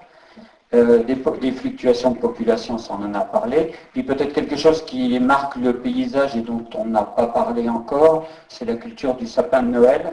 Alors souvent il y a des confusions dans les chiffres avec les taux d'enraisinement, parce que souvent ces sapins de Noël au cadastre peuvent être classés en bois résineux, alors que en fait ce sont bien des productions agricoles, c'est une culture agricole, le sapin de Noël. Donc aujourd'hui, notre paysage typique du Morvan, je ne vous apprendrai rien en disant que c'est un paysage de prairies, de bocage et d'arbres progressivement de futaies, qu'elles soient feuillues ou résineuses. Alors il paraît évident qu'au cours des 50 dernières années, c'est bien la politique forestière française, doublée d'un exode rural, on en a parlé, qui a contribué le plus fortement à l'évolution des paysages du Morvan. J'ai des chiffres, mais c'est quasiment les seuls que je vous citerai. Sur la commune de Champeau-en-Morvan, qui fait 4500 hectares, les terres en un siècle ont diminué de 1240 hectares et les sapinières ont augmenté de 1205 hectares. Donc ça donne un petit peu une idée de l'enjeu. Sur la commune d'Anneau, j'ai noté que la surface agricole utile avait diminué de 1400 hectares entre 1928 et 1988, soit une baisse d'environ 55%. Donc ça ne fait que confirmer ce qui nous vient de nous être expliqué. Donc évidemment, ces espaces libérés ont été soit boisés, soit laissés en friche, mais on va dire qu'à terme, le résultat est le même. On a une transformation des paysages et puis souvent une fermeture également de paysages et de points de vue. Alors la politique forestière et le Morvan, la forêt morvandaise, je vous le disais, elle était tout entière tournée vers la production de bois de chauffage, un flottage pour Paris du 16e à la fin du 19e. Donc techniquement, en fait, c'était des gestions en taillis simple, voire taillis sous-futés pauvres, donc qui étaient traités, on va dire, par la technique soit de coupe rase, soit de furetage du taillis, donc du chêne et du hêtre. Et puis donc, M. Verlinde l'a dit, dans les années 50, ces forêts n'étaient plus en capacité de produire à grande échelle du bois d'œuvre, qu'il soit feuillu ou résineux. Donc évidemment avec des conditions climatiques favorables aussi bien en pluviométrie, en température, des libérations de terrain, Et donc ce qui explique que les sols du Morvan aient pu être boisés avec les productions que l'on connaît en Douglas ou en épicéa commun.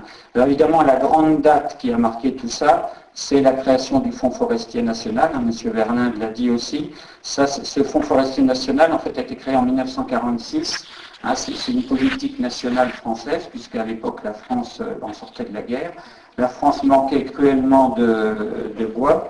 Et donc la France à l'époque avait donc décidé, c'est la loi le Parlement, une loi du 30 septembre 1946, qui a créé le Fonds forestier national. Alors, rappelez, peut-être certains ont profité de cette politique à l'époque.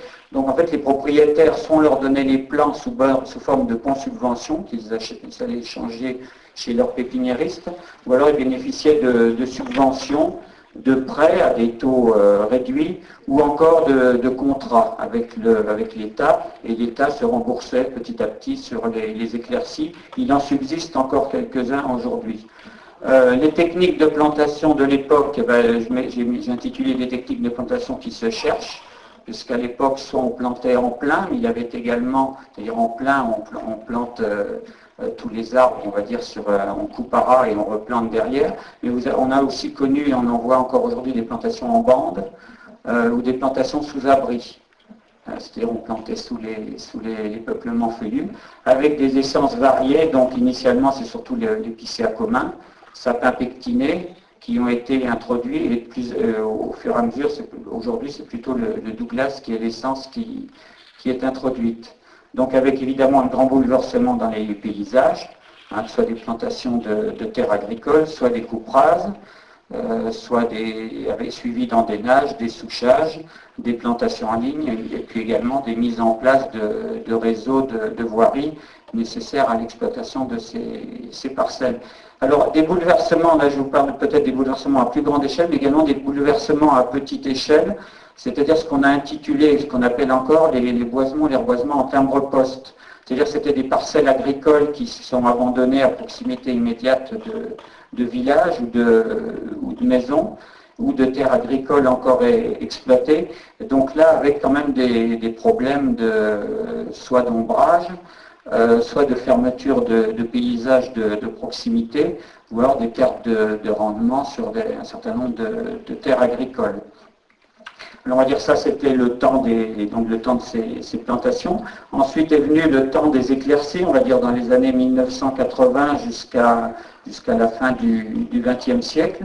Là, dans le paysage, on a vu apparaître évidemment des lignes qui correspondaient aux éclaircies, dans les sens de la pente, hein, puisqu'il faut quand même aller exploiter les bois lors des éclaircies. Et puis donc vous savez bien qu'également, comme en agriculture, la mécanisation forestière s'est développée, donc il fallait adapter ces éclaircies aux engins modernes, et donc ce qui explique également ces apparitions de lignes dans le sens de la pente pour pouvoir débarder les bois lors des éclaircies résineuses. En même temps, il s'est mis en place, je le disais justement avant, des réseaux de pistes, de routes et de places de dépôt, donc qui ont également pu marquer le paysage dans certains endroits. Et au jour d'aujourd'hui, si vous voulez, au niveau du 21e siècle, on est plus dans le temps on va dire qu'on commence à voir les récoltes finales et le temps du renouvellement des peuplements, tout en prévoyant d'assurer la pérennité de la ressource. Alors évidemment, tout ça, là, on rentre dans des débats, des techniques sylvicoles. Hein, vous devez certainement entendre parler de futaies régulières, futaies irrégulières, futaies jardiner, reboisement, régénération naturelle. On va dire que la futaie irrégulière, ça permet de faire cohabiter sur une même parcelle des dimensions d'arbres différentes, et ce qui évite de passer par des coupes rases. Hein. Donc il y a ces débats ces techniques forestières qui se mettent en place. Alors au jour d'aujourd'hui, pour vous donner des chiffres, hein, bon, Monsieur Verlinde en a déjà donné pas mal. Il faut retenir, c'est que la forêt morvandaise, au jour d'aujourd'hui, c'est à peu près 48% du territoire du parc du Morvan, c'est 128 000 hectares.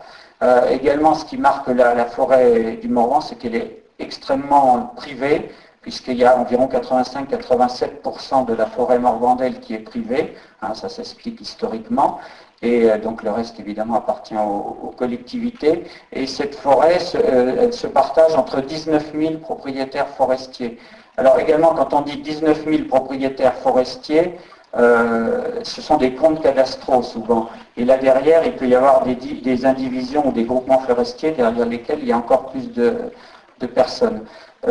Cette propriété morvandelle, c'est 100 000 parcelles cadastrales, hein, avec des taux de boisement qui peuvent aller, on l'a vu sur les schémas de M. Verlin, jusqu'à plus de 80% pour 3-4 communes du Morvan, je crois qu'entre autres, Plancher, Saint-Germain-de-Modéon et Arleux, peut-être bien, une troisième dont j'ai oublié le nom. Et les feuillus, au jour d'aujourd'hui, sur le Morvan, c'est 55% de la surface et 45% de résineux sur le territoire du parc du Morvan. Alors, l'interaction avec les paysages en fonction d'évolution, alors j'ai noté, j'ai fait trois sous-chapitres, les évolutions réglementaires, économiques et puis sociales. Alors, ces interactions avec le paysage dans les évolutions réglementaires, il était mis en place des réglementations des boisements, hein, c'est-à-dire que le boisement de certaines terres agricoles est réglementé, donc il peut même être interdit. Hein, donc la plupart des communes du Morvan sont dotées de ces réglementations des boisements, en particulier dans la Nièvre. La loi forestière de 2001 qui prend en compte les aspects économiques, sociaux, environnementaux de la forêt. Vous savez qu'il existe aussi tout un tas d'autres dispositifs comme les sites classés et inscrits. Dans les PLU, on voit les territoires forestiers peuvent être classés en espaces boisés, classés à conserver. La charte du parc naturel régional du Morvan, qui prend en compte évidemment ces aspects économiques, sociaux et environnementaux de la forêt, les dispositifs Natura 2000, et puis également tous ces documents le caractère de la gestion durable forestière, traduite dans des documents de gestion durable par les propriétaires forestiers, que sont les plans simples de gestion, les règlements types de gestion ou le code des bonnes pratiques sylvicoles. Alors voilà un petit peu pêle-mêle l'évolution réglementaire. Il existe certainement d'autres dispositifs, mais je n'ai pas ici la place de tous les citer. Alors également dans ces interactions avec le paysage, l'évolution économique du Morvan est également très liée à cette forêt. Hein, et également une profession que l'on cite rarement sont les pépiniéristes. Hein, c'est une profession très importante dans le Morvan pour la production de plants de petits résineux et de feuillus aussi. Il y a également tout un tas de métiers, hein, évidemment, les planteurs, les bûcherons, les débardeurs, comme on appelle les entrepreneurs de travaux forestiers, avec l'apparition de nouveaux métiers, même si on a l'impression que la forêt évolue peu. Vous avez vu apparaître les abatteuses, hein, comme en agriculture on a vu apparaître les moissonneuses-batteuses. On peut peut-être le regretter du point de vue... les abatteuses ont remplacé les bûcherons, presque tous. Le métier d'élagueur est apparu. Actuellement, on voit les nouveaux métiers de cartographe en forêt. Hein, et puis également, on voit apparaître des scieries mobiles. Il en circule un certain nombre sur le Morvan. Bon, évidemment, les transporteurs, les scieurs qui sont quand même installés à quelques-uns sur le Morvan. Je citerai par exemple la scierie Malviche, hein, qui est un des plus grands fabricants de palettes français, installé à Saint-Martin-du-Puy, le réseau de dessertes forestières, que ce soit les schémas directeurs de dessertes forestières au niveau des communes, les routes stratégiques du bois, les places de dépôt de bois et puis ces réseaux de gare-bois. Donc tout ce réseau de dessertes, ces infrastructures qui évidemment interagissent avec le paysage. Et puis également, on oublie souvent les évolutions, dans les fonctions économiques de la forêt, que ce soit la chasse ou la production de champignons. Vous savez qu'à l'automne, il y a pas mal de gens qui viennent ramasser les champignons dans le Morvan. Alors, j'en ai presque terminé. L'évolution sociale, il est aussi intéressant parce que c'est quand même aussi la question qui nous est posée. Alors, il faut aussi se replacer. J'aime bien citer ce petit cachet de timbre que j'ai retrouvé. Si on se replace dans le contexte des années 1955 avec avec cette création du Fonds forestier national, il était noté que le reboisement, c'était un devoir national et un placement familial. Il faut aussi se remettre à l'époque, lorsqu'on discute avec des anciens agriculteurs, ils ne souhaitaient pas, pour eux c'était une attitude d'échec d'abandonner ces terres sans les mettre en valeur. Donc ça collait bien avec la politique forestière de l'époque, et donc toute cette notion de patrimoine et de chaîne des générations que l'on retrouve dans les forêts. Et au jour d'aujourd'hui, encore la semaine dernière, je voyais une dame dont le grand-père avait planté des arbres. Elle me disait finalement, parce que ces arbres arrivent au moment de la récolte, finalement son grand-père lui avait certainement produit son meilleur plan épargne-retraite, parce qu'il y avait quand même une certaine valeur forestière sur sa propriété. Alors également dans ces évolutions sociales, il y a eu un fort apport de populations étrangères qui travaillent en forêt, qui travaillent hier ou travaillent toujours.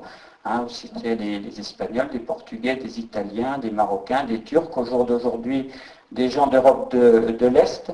Et je crois que là, nos sociétés, enfin je dis nos parce que je travaille aussi sur l'association des Amis du Vieux-sur-Lieu, je crois qu'on aurait peut-être intérêt à recueillir les témoignages de tous ces gens qui ont participé à la création, à la plantation de ces forêts, parce que maintenant ce sont des gens, malheureusement j'en connais deux qui sont disparus récemment, et on n'a pas recueilli leurs témoignages, et je pense qu'il faut absolument qu'on recueille leurs témoignages, parce que leur vie est fort enrichissante, puisqu'ils sont venus souvent dans nos pays avec rien du tout, et au jour d'aujourd'hui ils y sont installés, ils y mènent leur vie, et leurs enfants côtoient les nôtres.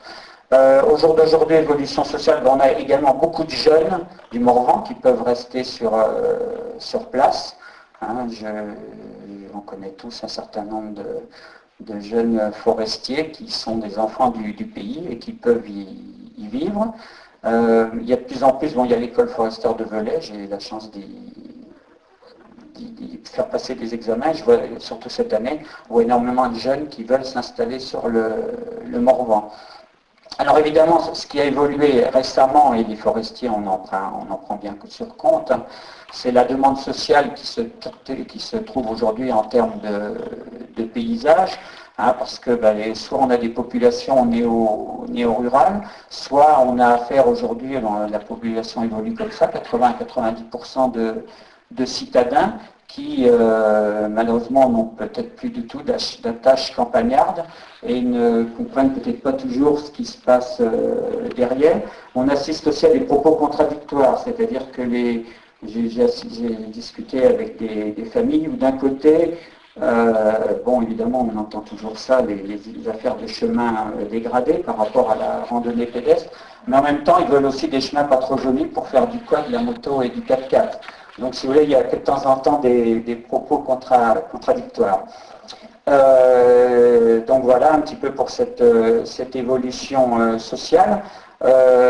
En conclusion, je dirais que le Morvan, évidemment, au jour d'aujourd'hui, pour les forestiers, il se pose de légitimes questions environnementales, que ce soit l'acidification des sols, l'épuisement éventuel supposé ou réel des sols, les questions de biodiversité, les questions paysagères, on en a abondamment parlé. Se pose, Monsieur Verlin l'a dit, actuellement la forêt, les Morvandiaux ont peut-être eu l'impression que la ressource leur échappait, parce qu'on voit partir les camions de bois ailleurs, jusque dans les pays européens voisins. Donc je pense que ce serait une bonne chose que la ressource soit transformée sur place, que ce soit à Autun, La Roche-en-Brie ou dans d'autres projets probablement qui vont voir le jour bientôt. Alors il y a également tout un tas de pistes qui sont évoquées. Ce sont actuellement, vous savez que la forêt stocke le carbone, donc le marché des quotas de carbone. La forêt produit de l'oxygène, la forêt filtre l'eau. Il y a également, monsieur en a parlé tout à l'heure, tout ce qui concerne le bois énergie. Donc il y a toutes ces questions qui se posent. Et puis, deux petites choses pour conclure, là cette fois-ci définitivement, il faut quand même savoir que lorsqu'on est propriétaire forestier, il faut savoir qu'un arbre adulte, ça absorbe tout le gaz carbonique qu'une voiture produit en parcourant 18 000 km par an. Et en même temps, cet arbre adulte libère la quantité d'oxygène consommée par une famille de 4 personnes, tout ça au cours d'une année.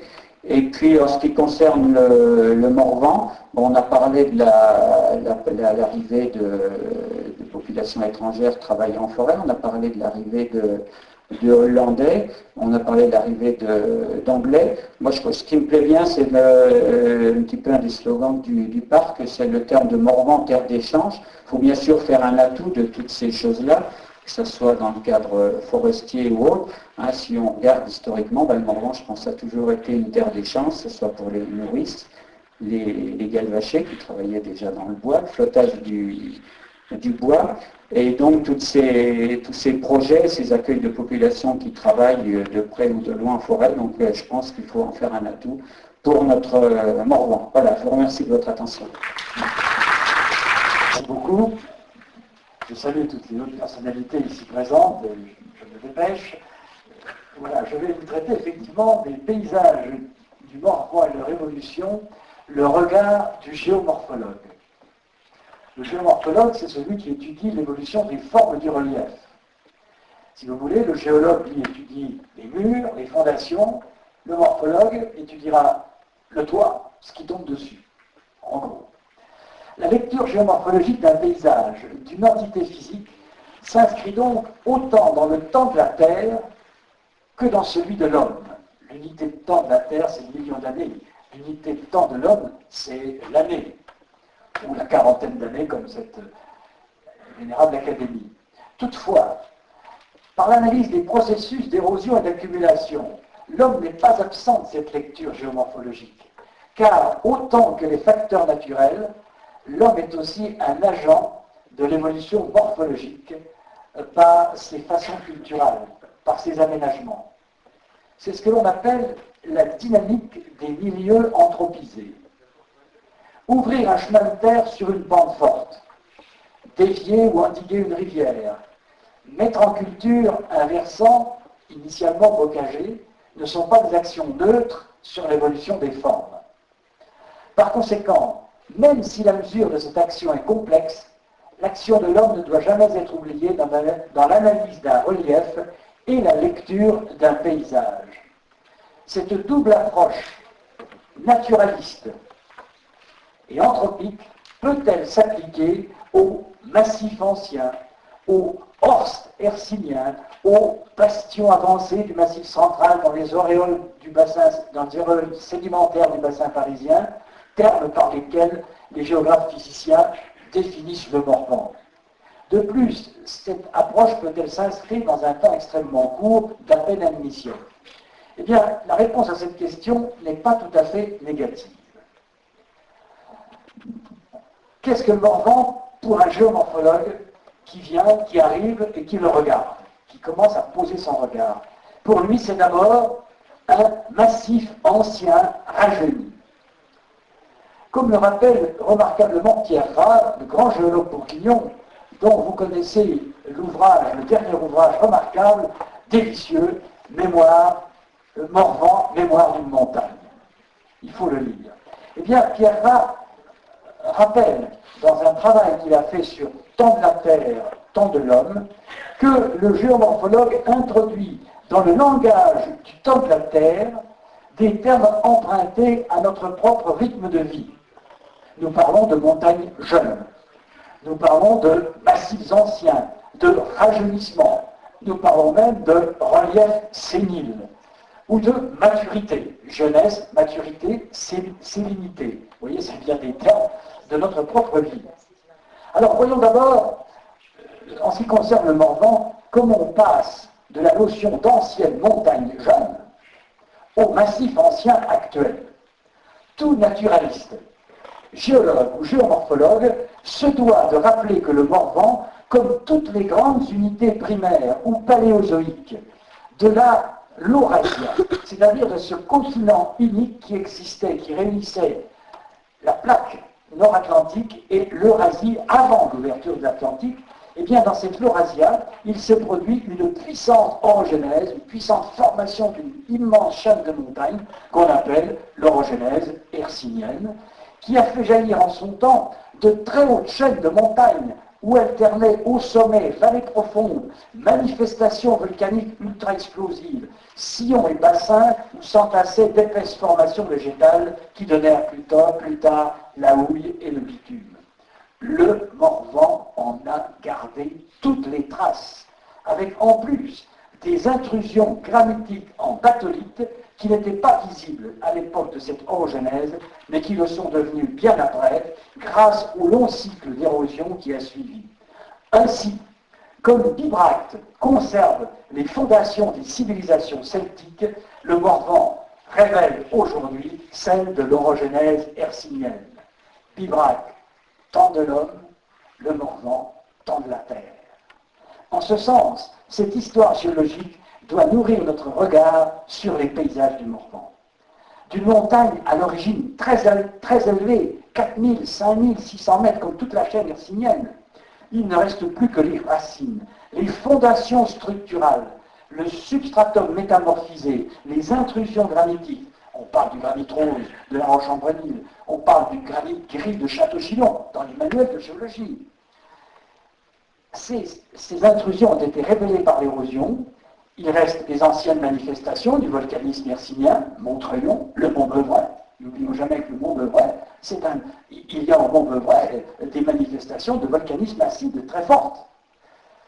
Les séries carbonifères, d'où une beaucoup plus grande variété de roches que celles habituellement évoquées.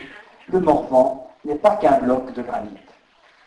Mais ces fondations, cette structure de base, a inégalement résisté au très long cycle de l'érosion post-paléozoïque, c'est-à-dire de cette longue phase d'érosion pendant laquelle le Morvan a été complètement nivelé jusqu'à ses racines. Mais après cela, eh bien, pendant toute l'époque tertiaire, ce massif a connu un climat à dominante tropicale humide.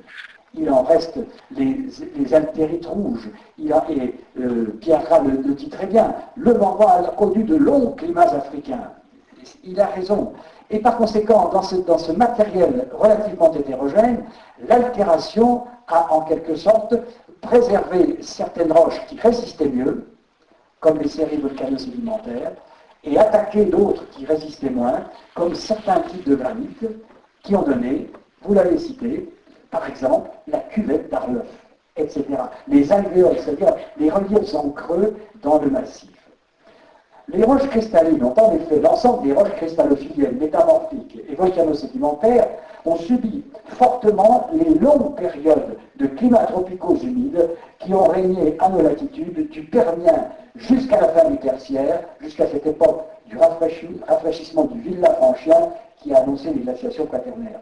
Et donc, cette longue période de tropicalité humide tertiaire a façonné le relief du Morvan, après sa totale pénéplanation, et surtout, pendant son soulèvement, lors de l'autre orogenèse qui nous a formé le Morvan, qui l'a soulevé, l'orogenèse alpine, tertiaire, ou cénozoïque, qui s'est passée en deux temps. Une première poussée à l'Éocène, au début du tertiaire, et une seconde poussée à la fin du tertiaire, la phase hydrodanienne. Eh bien, je crois que les géomorphologues français, qui n'ont point travaillé sur les socles tropicaux, oublient trop souvent cette longue histoire morphoclimatique tropicale tertiaire qui a définitivement façonné le relief du Morvan au fur et à mesure qu'il se soulevait, comme toute la bordure orientale du Massif central. C'est sous climat tropical que le Morvan pénéplané, totalement aplani après l'orogenèse hercynienne, d'où le nom de surface post-hercynienne, a subi le rajeunissement de son relief. C'est cette morphologie climatique tropicale, tertiaire, qui a doté le Morvan de ces versants convexes, convexo-concaves, qui encadrent chaque bloc pénéplané. Monsieur le député de l'Orne, écoutez, ce matin, je suis venu de Saint-Père-sous-Vézelay jusqu'à Château-Chinon en passant par l'Orne. J'ai eu le plus beau spectacle à l'Orne et Château-Chinon que l'on puisse avoir sur la différence entre la convexité des croûtes granitiques du Morvan d'un côté et la concavité des reliefs calcaires de l'autre. Voilà le premier le premier message que je voudrais vous donner de ce qu'est l'œil du morphologue.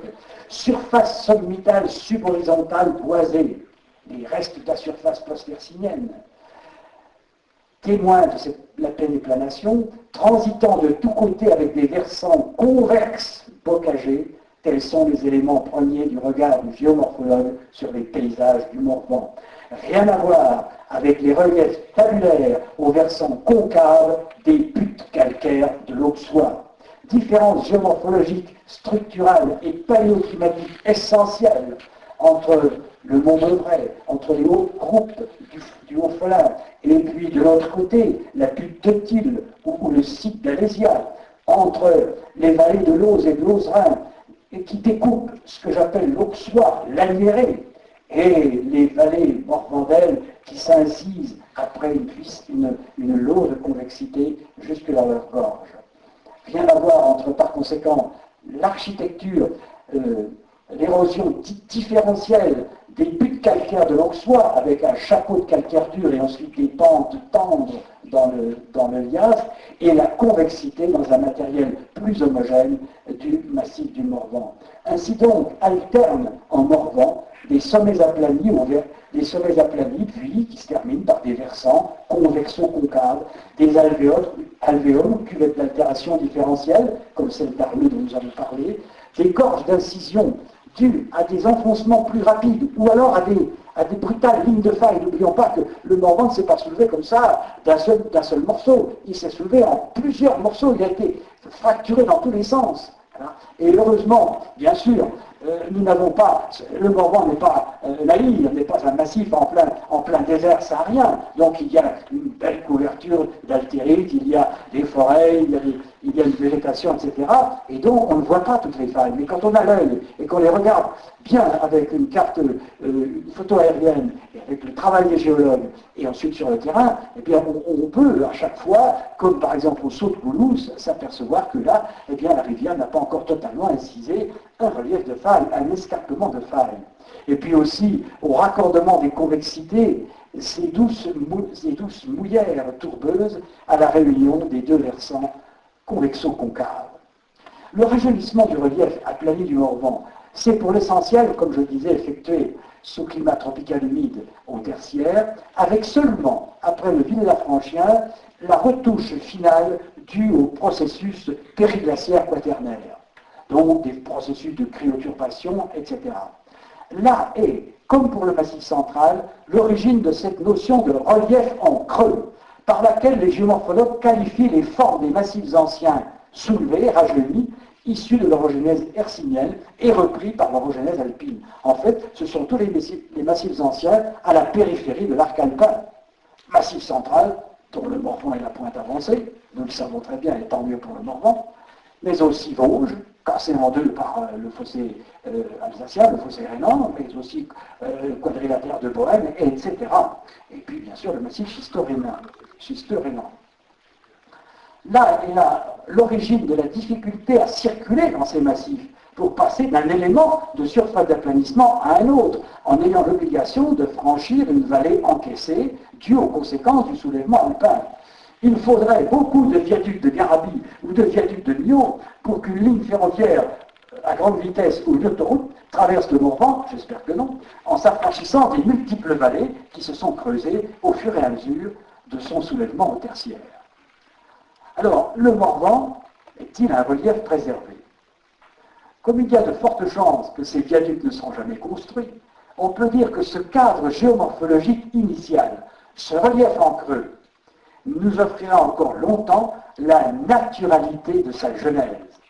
Certes, une trop grande extension des surfaces boisées, si elle devait succéder à une trop forte déprise de l'élevage, pourrait nous cacher cette lecture morphologique des paysages, ces formes convexes de très belles pâtures, de très belles prairies que j'ai encore vues ce matin où il y avait les taches blanches de la rage charolaise. Mais enfin, la convexité morphologique d'origine tropicale était bien là. Par contre, il est fort probable que l'activité de carrière, les besoins en ballast pour les lignes à grande vitesse, accentue de violents coups de griffe dans le déroulement des versants bocages forestiers. Morphologie anthropique utile, certes, mais destructrice, et celle-là, irréparable. Il a bien fallu qu'on envoie des wagons et des wagons de bordures de trottoirs de granit-rose de la Roche-en-Brénil sur Paris et sur Dijon. N'oublions pas, quand on se promène dans Dijon, on est fasciné par la beauté du calcaire bâtonien, de l'oolite de Bourgogne qui a fait ces bons bâtiments, et quand vous marchez sur le sol, les bordures de trottoir, c'est du bon granit rose du Morvan. Le paysage forestier, la présence plus ou moins conséquente, plus ou moins naturelle ou anthropique qui est une couverture forestière, joue un rôle essentiel dans la perception des paysages des massifs anciens, et particulièrement du Morvan. Feuillue dès l'origine, elle s'est progressivement, comme vous l'avez mieux dit que moi, initialement tout à l'heure, M. Hervé Louis, je vous fais tous mes compliments pour votre définition de la notion de paysage, eh bien, cette forêt, elle s'est diversifiée par l'introduction des conifères, du Douglas, la production de sapins de Noël. Dans les deux cas, cette diversification a changé ponctuellement la dynamique géomorphologique en modifiant, notamment sur pente accusée, la composition des sous-bois. Faire une mesure de processus d'érosion, comme on le fait, je l'ai fait très très souvent avec l'Orston en Madagascar sur des pentes, boisées également, de massifs anciens. C'est pourquoi j'aime bien les massifs anciens, parce que j'ai commencé à travailler le massif malgache, et quand je reviens ici, eh bien, je retrouve également ces formes, etc. Eh bien, quand on mesure un processus d'érosion au millimètre sur un versant feuillu et sur un versant de résineux, eh bien, le résultat n'est pas du tout le même. Donc, ce que l'on peut mesurer à l'échelle d'un bassin versant expérimental pendant 1 an, multipliez-le par 1 million d'années et vous verrez la quantité de différence de matière exportée. La perception d'horizontalité des hautes surfaces d'aplanissement s'en trouve également parfois perturbée par la nette différence de silhouette de cime des arbres, n'est-ce pas? Imaginons une vision du Mont Beuvray, où on voit très bien le beau moutonnement de la forêt de feuillus. S'il y avait en plein milieu le pointu des Douglas, on n'aurait pas la même perception, et par conséquent, si vous voulez, on verrait de façon différente la surface d'aplanissement qui est uniformément recouverte par la forêt de feuillus. Alors, maintient l'extension du bocage et des mouilles. C'est incontestablement le bocage qui permet le mieux de percevoir de manière très permanente le profil réel des versants.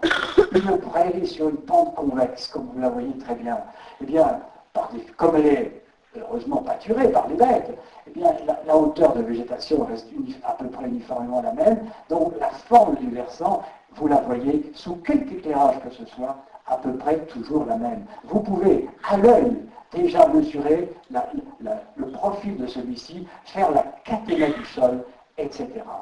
Son extension, l'extension du bocage, en remplacement de la polyculture, comme vous l'avez très bien montré, eh bien, et comme on l'a très bien montré, en prenant le travail de Jacqueline Bonamour, et puis ce que vous avez fait maintenant, eh bien, l'extension du bocage, en remplacement de la polyculture antérieure, est un facteur favorable au regard géomorphologique, y compris jusque dans les aboutissements de bas versants des mouilles.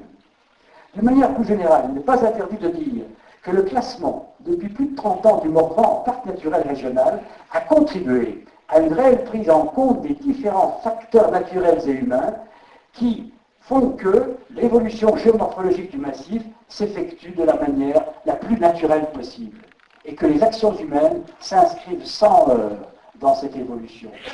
Ce n'est pas, heureusement d'ailleurs, dans le Morvan que l'on verra d'aberrantes superpositions de carrefours autoroutiers comme l'ont fait les Américains sur la faille sismique très active de San Andreas, ou comme dans la banlieue nord de Los Angeles ou la banlieue sud de San Francisco. Tant mieux.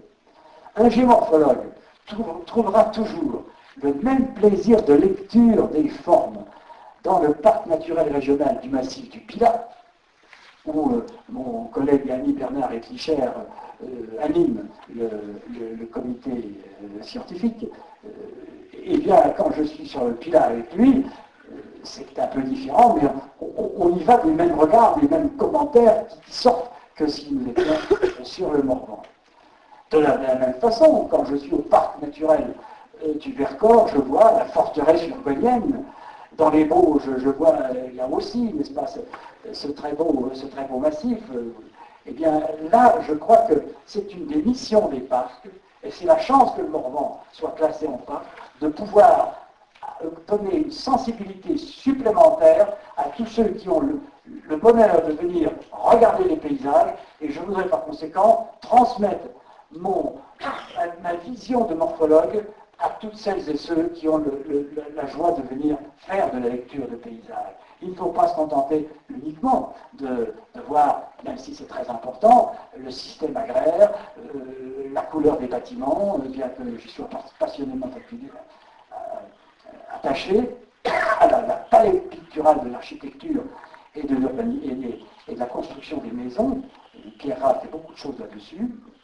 Je crois qu'il est incontestablement, on peut dire qu'un parc naturel, c'est d'abord un espace où les données de l'évolution géomorphologique sont préservées de leur perturbation, voire de leur disparition par les excès de l'anthropisation, de l'urbanisation, de la métropolisation. Il est plus facile d'envisager une étude de géodynamique de versants dans le Morvan que sur les pentes de la butte Montmartre ou celle des favelas de Rio, même si les trois sont nécessaires. Il faut bien y aller aussi, faire des études. Tant de la terre, tant de l'homme, qui lui aussi a imprimé sa marque dans le Morvan, en utilisant les matériaux du sous-sol, en construisant des remparts et des fossés, en couronnant le sommet du Mont Beuvray, en édifiant le charmant petit théâtre des Bardiaux, découvert par le regretté docteur Olivier. La géomorphologie dynamique d'un massif ancien comme le Morvan est donc le résultat d'une histoire géologique et paléoclimatique d'une très longue durée, qui puise ses racines dans l'origine même de la lithosphère, un rajeunissement par les conséquences tectoniques de l'orogénèse alpine sur toute la bordure orientale du Massif central, de la terre pleine aux Cévennes gardoises, d'une touche finale quaternaire et holocène, à laquelle l'homme a ajouté sa marque par sa présence préhistorique, proto-historique, historique et actuelle, avec cependant de la mesure. Une mesure qui a consacré le classement du massif en parc naturel, c'est-à-dire une moyenne montagne où le dialogue entre les facteurs physiques et les activités humaines est encore suffisamment harmonieux pour que l'on puisse en apprécier l'harmonie et les rapports.